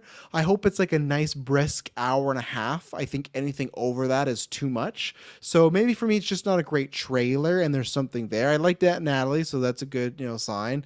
So yeah, I will check this out, but I will be surprised if it's not in the bottom 15 of my letterbox this year. So there's my bar for it right now. So but Taylor, this feels like this is a you movie. I feel like you're ready for this. I mean, I'm always down to see Ender pop in from Ender's Game, but it just reminds me kind of like a scary stories to tell in the dark kind of vibe. I'm not necessarily going to rush to the theaters to see this film. I think that I made a bad call with the Hand movie because that's very popular. It's already got the sequel coming out, so I'll have to sneak around to see that. But I asked you if you want to go review it, and he said no. So I was like, all right, fine, I know, sabotaged. Golden Geese, maybe. Yeah, I'm not rushing to the theater though to see this. It looks interesting, but it's something I can definitely wait for VOD. I found it a little convoluted on like, is the boy possessed and then he gets the older boy possessed, or like how's this going down? So, like the witches. If you say the passes it line, on. then you become possessed. The log line specifically. The log line, yeah. Nope. Yeah. Next trailer. Let's let's talk. What are you laughing at? What do you want to talk about? I'm just wondering if you're going to the one I'm thinking about. Let's talk about Good Boy, because I think that's the one you're talking about, right? Yeah, so I had not heard of this movie.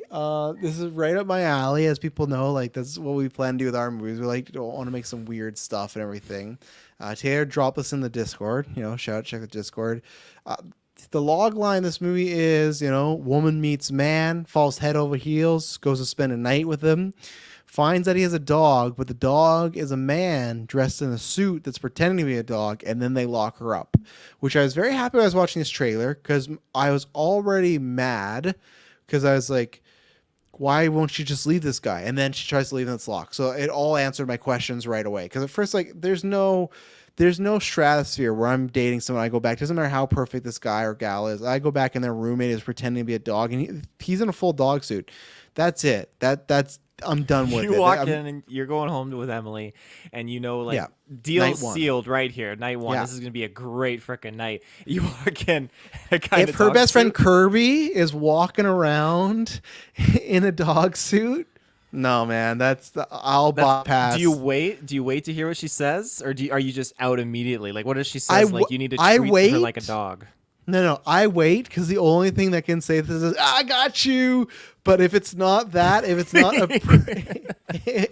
not a prank reveal, I'm out. I'm out very quick. Now, to the benefit of our main character, it looks like they were in the throes of passion and she was already in the room. So like they were already locked in. It was going to happen. That's Mike. That's not the plot of Show of Wilford, which fantastic show. Elijah Wood, one of my favorite shows of all time. He just has an imaginary friend who's a dog, a little bit different. You might see that, but that guy in the suit is not an actual man in a suit. It's just what he sees. It is just a dog named Wilford, and fucking phenomenal show. Everyone watch. You guys should, because you're Elijah Wood fans. You'd like it. Just Elijah Wood as a stoner talking to this dog, but lots of mystery too. But yeah, so I will watch this. I'm looking very forward to this. I don't know if we'll review it, because I don't even know if there's because it looks like a 4 movie, so I don't know where it's going to be. But at some point, whether it's after 9, probably after 9, I will talk about this movie, and I'm very excited. I don't even know if it's going to be great because it's like that's probably just the concept, and we'll see. The reviews were good, but those are just like the clip out ones. But this is definitely on my radar. So I don't think it's going to be very good. yeah, That's kind of where I'm at with it, and how far beyond that like funny little joke initial hook. How far does it go? That's what I'm curious about, and my assumption right now is not very far. So I don't know. Maybe I'm wrong, and if I am, then I will check it out. But yeah, I do like the hook. I like the idea, but I just don't have much faith that it will go too far beyond that. And I think part of it too in this trailer is like the suspense thriller part. When we get to that part of the trailer, I don't think any of that's very well done, and that could be the editing of the trailer. But even down to like the music and stuff, it wasn't exhilarating like it needed to be. So yeah, I don't think it's going to be much about the psyche of this character. I think it is just going to turn into like a classic sort of thriller, and at that point, I don't know why we need to do this concept, this idea. So I think it's maybe just a funny hook for like a trailer purpose, but I don't know if the movie's actually going to go too deep on it. it could be one of those too that when I see it, you go, "Oh, that would have been better as a short movie," right? Like this could be like a cool half an hour, really fun adventure. But that's where, and who knows? Maybe it won't be. Maybe it'll be the twist, and then you'll get more out of it. But that's what I think it could be, where it's like, "Oh, this could have been a really, really strong 20-30, but now spread as an hour and a half." It's might be tough. probably gonna be like that the dog is actually gonna be like this girl's brother or something stupid like that. Like they're gonna do some weird twist. Like they I always don't do. think so. They always do. You think so? Or I think it's just. Isn't this the twist though that he's in the suit? You know? No, but that twist happens like in like 15 minutes in the movie, right? And then you have to somehow spend another hour and a half. Yeah, I guess. Yeah. That's my prediction right now. That's her brother in there. Okay. This it gave me vibes of the movie Creep and Creep 2. I don't know if you guys. Oh, have seen yeah. that. And Not the Creep series, but Creep. no, Creep 2. no. And I'm curious. Like I was not expecting everything that they showed in the trailer. I didn't get the gist that she was kidnapped right away. She tries to leave and the door is locked. Like right after the trailer, dog 'cause, like, reveal. Yeah. There was like the dog being put in the cage, and I felt like he was really trying to like maybe it'll be like 1 to 100 when she tries to leave, and it just like really expedites and she can't get up. But I thought there was a moment too where she was talking to someone like he's really nice, but he's got a dog and is like a person. So I thought maybe like she tries to make it work. But I guess like we'll have to just find out if she really likes the guy. Apparently, if that's the case, but that will break the movie for me if she does get to leave and come back. There's no like I'm out. Like I'll still watch it, but that to me is out where it's like no, I don't like my main character being too dumb. You get a little room, but that is a certain level of dumb. So because she tries to pet him too, right, in one of the scenes in the trailer. yeah, but that might be a forceful pet, like pet my think it was dog. forceful. You know? Yeah, that's what I think so too. Yeah. I mean, it'll be very, very interesting for this kind of like a horror movie. And I was not expecting it to be like a relative, just like a really good friend or something like that. Who's just like he was there for me, I was there for him, and that's just the way it is. But yeah, that's not my cup of tea, really. I don't. Yeah, It's not. You're the one that shared it, so I thought it was. no, I mean like that. Like if I'm gonna have a dog, I'm gonna have probably like a dog. So I don't think many people. Yeah, I don't think many people have that cup of tea. It's a fine It's wine. probably actually there's probably a lot of people that do, but Yeah, you just don't know about it. fair. Not on the dating scene anymore. Would have snapped me up. The Continental. That's something like a store in the John Wick world. It has some stupid subtitle where it's like, okay, we get it. John Wick. Yeah, we get it. John Wick. Better than the first trailer. They're showing off some action because I remember the first trailer we saw looked very low budget. I wasn't really into it. I'm not into it per se. I like that, some world building stuff at Winston. I think they were smart to show up a lot of set scenes. There was like a staircase one. There's this other good one, like kind of an open room with a lot of people with masks. So I'm hoping at least if the show is not the greatest, that the action is, good. Like even I have that with John Wick 2 and 2 and 3, right? Where I didn't love those, but had some great set pieces so I could enjoy them. So I'm not overly hyped it, but I'll say this trailer did a better job than the first one for making me be a little bit more interested. And I guess I should put that on the calendar because I think we'll review it. It's only 3 parts. I think we'll give it a watch. But like, I don't know. It's one of these things that if I didn't do the podcast, I might forget about it, you know. But so a bit better trailer, but didn't blow me away. Yeah, I think that's fair. I actually really enjoyed the second half of this trailer. Did not enjoy the first half. So the first half is really setting up the story. It's establishing you in this world, and it's to me kind of like introducing what feels like the protagonist of this little Continental situation here. And I was not into that guy at all. I felt like he was very boring and bland, and to an extent, That's young Winston, like young Ian McShane in the movies. That is John Wick's friend. Well, there you go. I'm still not into it. Oh yeah, no, I was just saying, I didn't even realize that, but yeah, it's like I don't know. So I was gonna say you could I guess make some of those claims, but like John Wick as a character, you know, he doesn't like have a ton of dialogue, and he is somewhat of a drier character at times. But yeah, it just wasn't working for me. It's like, okay, this is the lead that we're following through this thing. But then the part that was getting me was all these crazy, like zany, over the top characters. And like, I swear, like, what was that Jamie Foxx movie with all like the zombies? They cloned Tyrone. Oh, Day Shift. Yeah, I feel like Right? they hired a That- bunch yeah. of those contortionists and like brought Yeah. them into this project. 'Cause there were some people doing some crazy, and it wasn't like the John Wick guy, like Chad Stahelski, wasn't he like part of that project in like a I think producer so. or something? Something like So that. I don't know yeah. what the connection is, but he was like, "Oh, these guys are great. You gotta hire these contortionists over here." So when it got into that part, it was like these crazy over the top characters, these wild assassins all going after each other. Like that kind of battle royale sort of situation seems fun, and it's going beyond like some like not that John Wick or movies that feel very realistic, but it was going even beyond like some of the zaniness of some of the assassin characters we see in those movies. So I was very much into that, but I just kind of feel like that won't be the focus of this. And so there will be like 30 minutes worth of this, whatever it is, 3 hours worth of content that I'll really enjoy. But then the rest will kind of be bland and uninteresting to me. And I'm kind of out on like the general lore of the John Wick franchise at this point. I did enjoy Chapter 4, but I've kind of become a bit jaded on that whole setup there. So yeah, I don't know. I don't know if I can be there day one on this to watch all of this, to be honest. I guess I'll have to wait and see based on release date and see how long all of it is, but I'm not particularly jazzed about it. I kind of want to live in my John Wick Chapter 4 high for a bit longer before I jump into something that's a bit more middling from this universe where I was kind of for Chapter 2 and 3. So that's where That's I'm fair. at. Yeah, I'm just looking at the date now because I'm the same as you. Like, we had talked about it, and I still want to because we did Wick, but at the same time, it's one of these things. If it is in a bunch of other Yeah. realm, what is it? September 22nd. So it's going out around the 22nd for us here. 22nd. Next Goal Wins, a newscast, the Ahsoka finale, a mass record. Saw, you're gonna sneak peek into my life. Saw, yeah.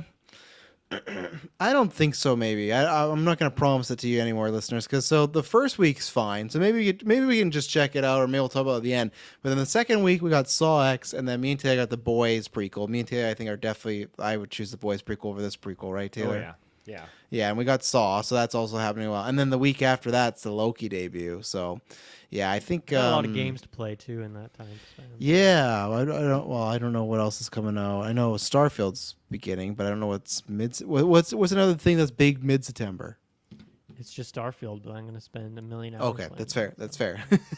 Yeah, you don't want to be spending And time on actually, Sea of Continental. Stars also looks great. I like an RPG, Yeah. and that might take a while too.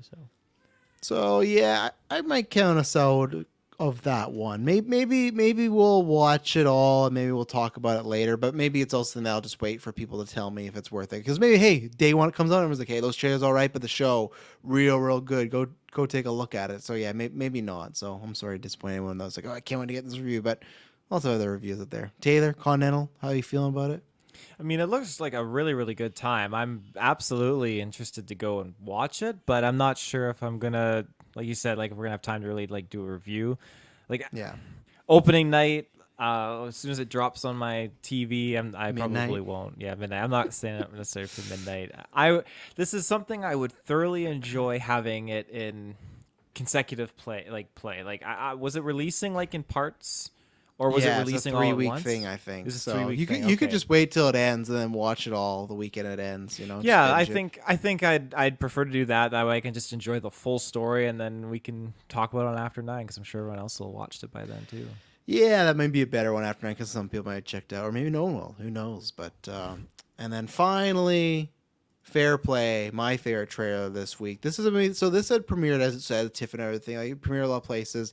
I know Katie from Ultimate Alliance, she got to see it at Sundance. She, which maybe not a good sign because I love Katie, but me and her have the complete opposite tastes in movies and stuff. You look at our letterbox, nothing more different.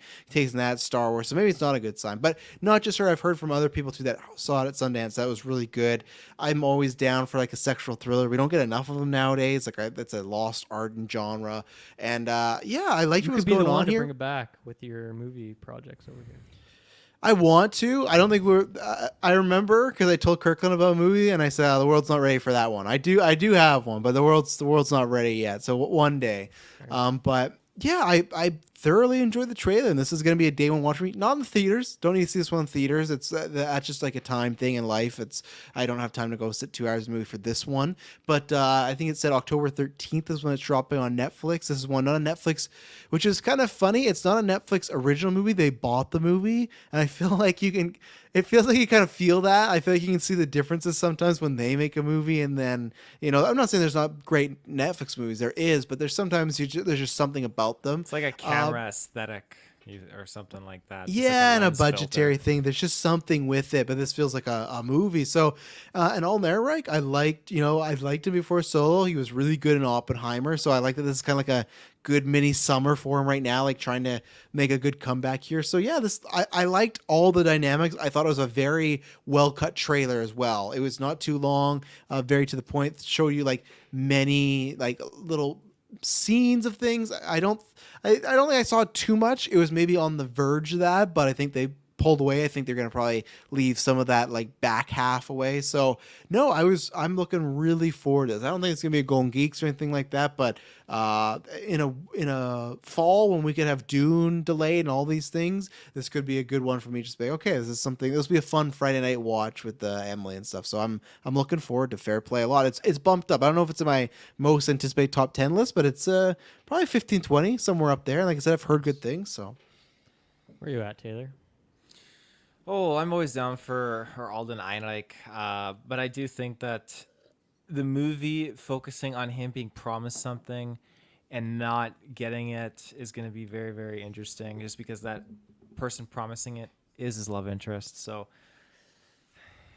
and I'm assuming them not disclosing their relationship is no like interrelation company stuff supposed to happen even before she was promoted, is what I kind of got the sense of the gist of. yeah, So sounds like there's no dating allowed in the Office space. yeah. So it'll be interesting. I mean, how would you guys do if like you were seeing someone in the law firm and they just walked up, they got your promotion, they slapped these forms like, well, you can take care of this first.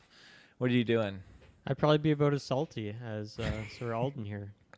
I think I'll wait for the movie to see the situation, because if it is my job and the significant other's been promoted above me, then it's like, well, they are rightly my boss, so I do have to listen to them, right? But if it's a situation where maybe she's strong-arming him because they are dating, it's kind of like, well, you shouldn't be doing this because we're, not supposed to be an item here. So I'll have to see said situation first. But if they rightly got the promotion, I'm fine. But I feel like with this movie, there could be stuff. And I feel like they're trying to insinuate that she might be sleeping around to get said promotion. I don't know in the movie if that's going to be a true thing. I don't know if that's going to be hysteria, because he's thinking that and his buddy's saying that to him too, right? And he's saying that not even in a girlfriend way. He's just saying that in a way like, oh, it would be in an honest way because, or it's just a jealousy way. So that's where there's other kind of, I think, little storylines at play. I feel like you could, well, unless she's totally just playing him. The moment she says, like, I heard from so-and-so that you were getting a promotion, then I feel like you can kind of squash, like, if you guys are really in a really good relationship, like how you feel about each other, I think you could squash the idea that she'd be sleeping around to try and get ahead, because I feel like, why would she say that? Because it doesn't, like, is that just to like make him feel like shit after she gets Maybe it when things were What if going there's some power well? play that way, right? You know, That's toxic true. relationships, man. Yeah, that is true. Are you watching this movie? Are you checking it out or no? You didn't. You never even said that. I would like to check this out. Oh, I right, don't but believe you're you. Netflix. I Yeah. don't believe you. Maybe I'll come over and watch it with you and Emily. I'm just Yeah. Oh my god, that's a I- good wheel. That I'm not into. Make sure you bring the baby too. Yeah, bring Just the baby. dog, the guy in the dog costume too. God. How are you doing? End I us thought off. this, based on this trailer, the pacing of it, the setup of the plot, I definitely thought it was a TV series. So it wasn't until you said movie that I Yeah. realized what this was, and that maybe also makes a bit of sense. I was just looking through the director because I'm not familiar with her, but pretty much all her previous work, other than short films, has been TV series. So Okay. if it feels like a bit of like a TV series, maybe that makes sense a little bit from her background there. Nothing that I'm too familiar with, so it's hard for me to. I mean, there's some things here like Suits and Star Trek Discovery that I've heard of, but things I haven't really watched myself. So, but I think this was a really solid trailer. And honestly, when it was a TV series, I was like, this looks cool, but I'm not going to watch a TV series of this. But now that I know that it is properly a movie, I think I'm into it because this could be a good Friday night watch, and I think Muds would be into it as well. So yeah, I think I could definitely see myself checking this one out. I think it looks pretty well made, pretty interesting, and I like the concept. I like the concept, and I'm curious to see how far they can get. Because honestly, even with like the content, I was like, this definitely seems like a series in terms of where you could really go with this over the course of like 6 to even 8 episodes. But yeah, I'm excited to check this one out. Well, there you go. We did it. Fun show. Like, it's a lot of random out there topics. So, we'll be back next week. Should be with some other news. See what's out there.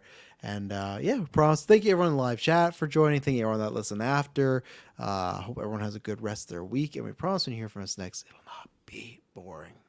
Bye-bye.